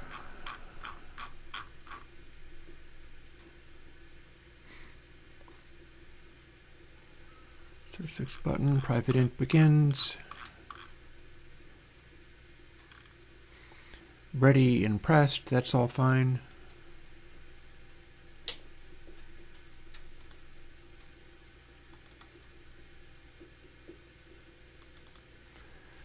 So these are the two things that are different. I changed this somehow. I'm trying to work out what I did.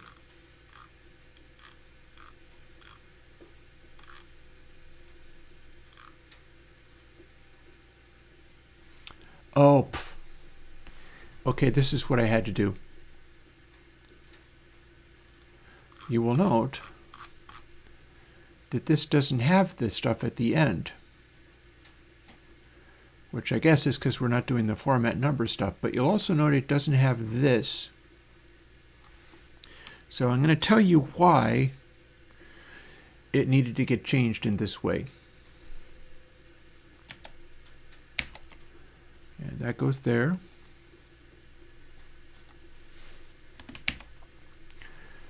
But then it also goes here. From C#, I cannot depress the stop everything button. So I've just updated that. Rest of this was same as it was before. This time we should be good to go. It's 2:05, so I'm still fine. We're not even going to get close to 30. What we're going to do is see it functionally work exactly as hoped. And we don't have to do 100,000 tries to do it. Now that I've added that code, although I wonder whether maybe I have to build it in Godot, but I've just changed the GDScript code. What that does is copy to the clipboard, and then since I can't press a button in the interface from C#, what it does is do everything that the button in the interface used to do manually. Bada boom.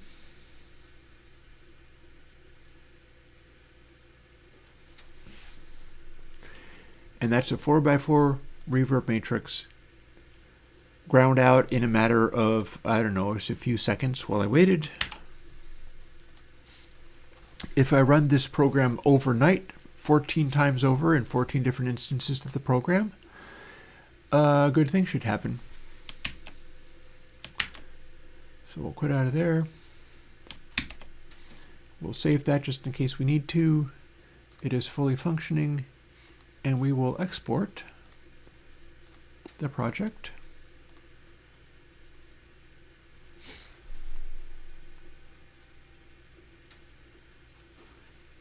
It takes it a while to go through this stage, which is funny, but I guess it's doing it single-threaded or something. It's even doing a beach ball. Whatever it needs.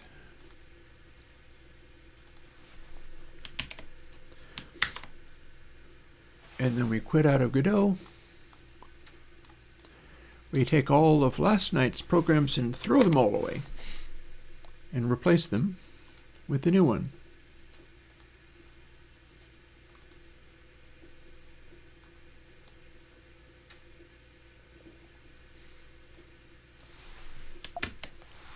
Oh, can't just command delete that because there's two different kinds of things in there, so I have to drag the disk to the trash, and that's the only way that works.